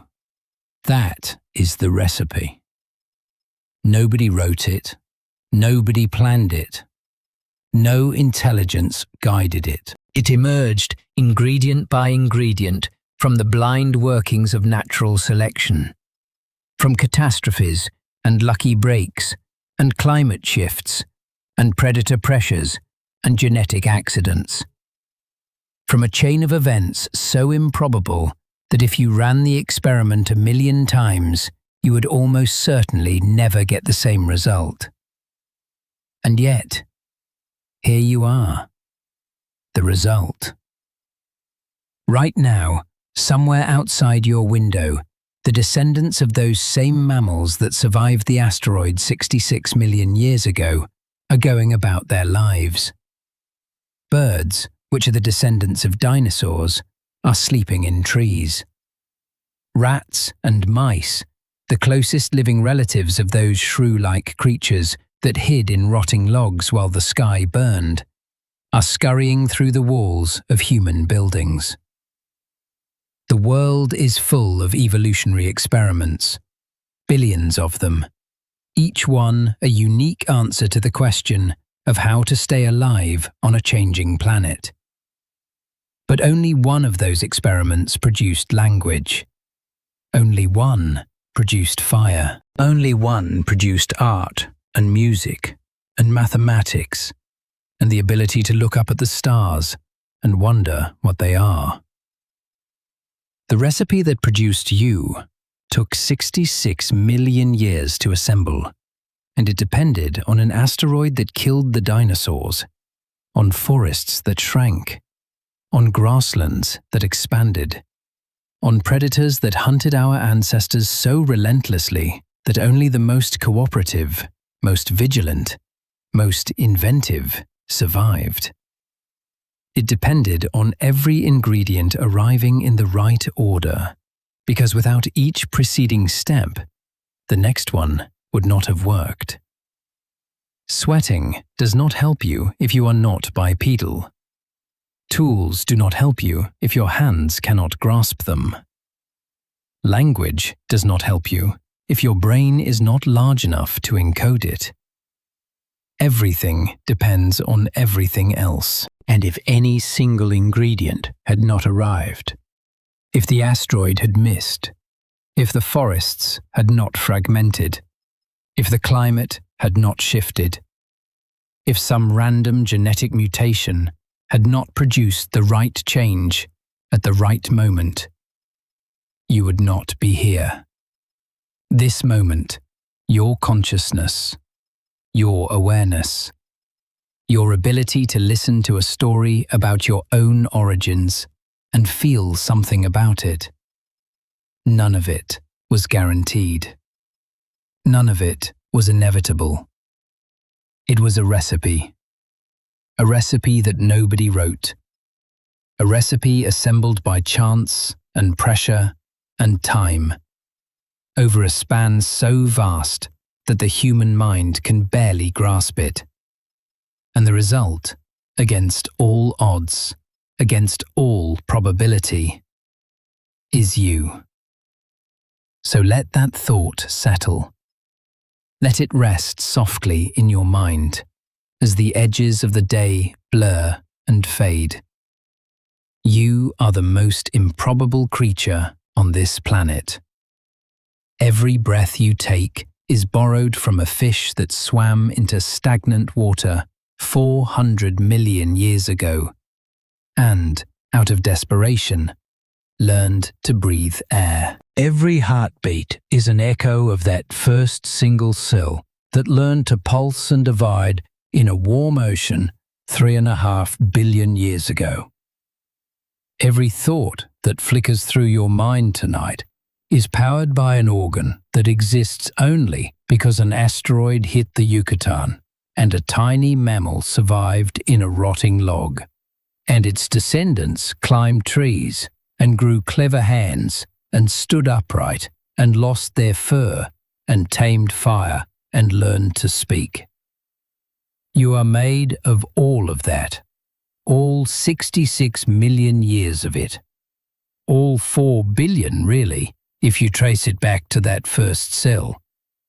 It is all in you, right now, in the way your eyes close, and your hands relax, and your breathing slows, and your brain, that beautiful, expensive, improbable brain, begins to drift towards sleep. And if, sometime in the night, you stir and hear the creak of a house settling, or the distant sound of a car, and you feel a flicker of alertness, a moment of heightened awareness, before your rational mind identifies the sound and dismisses it.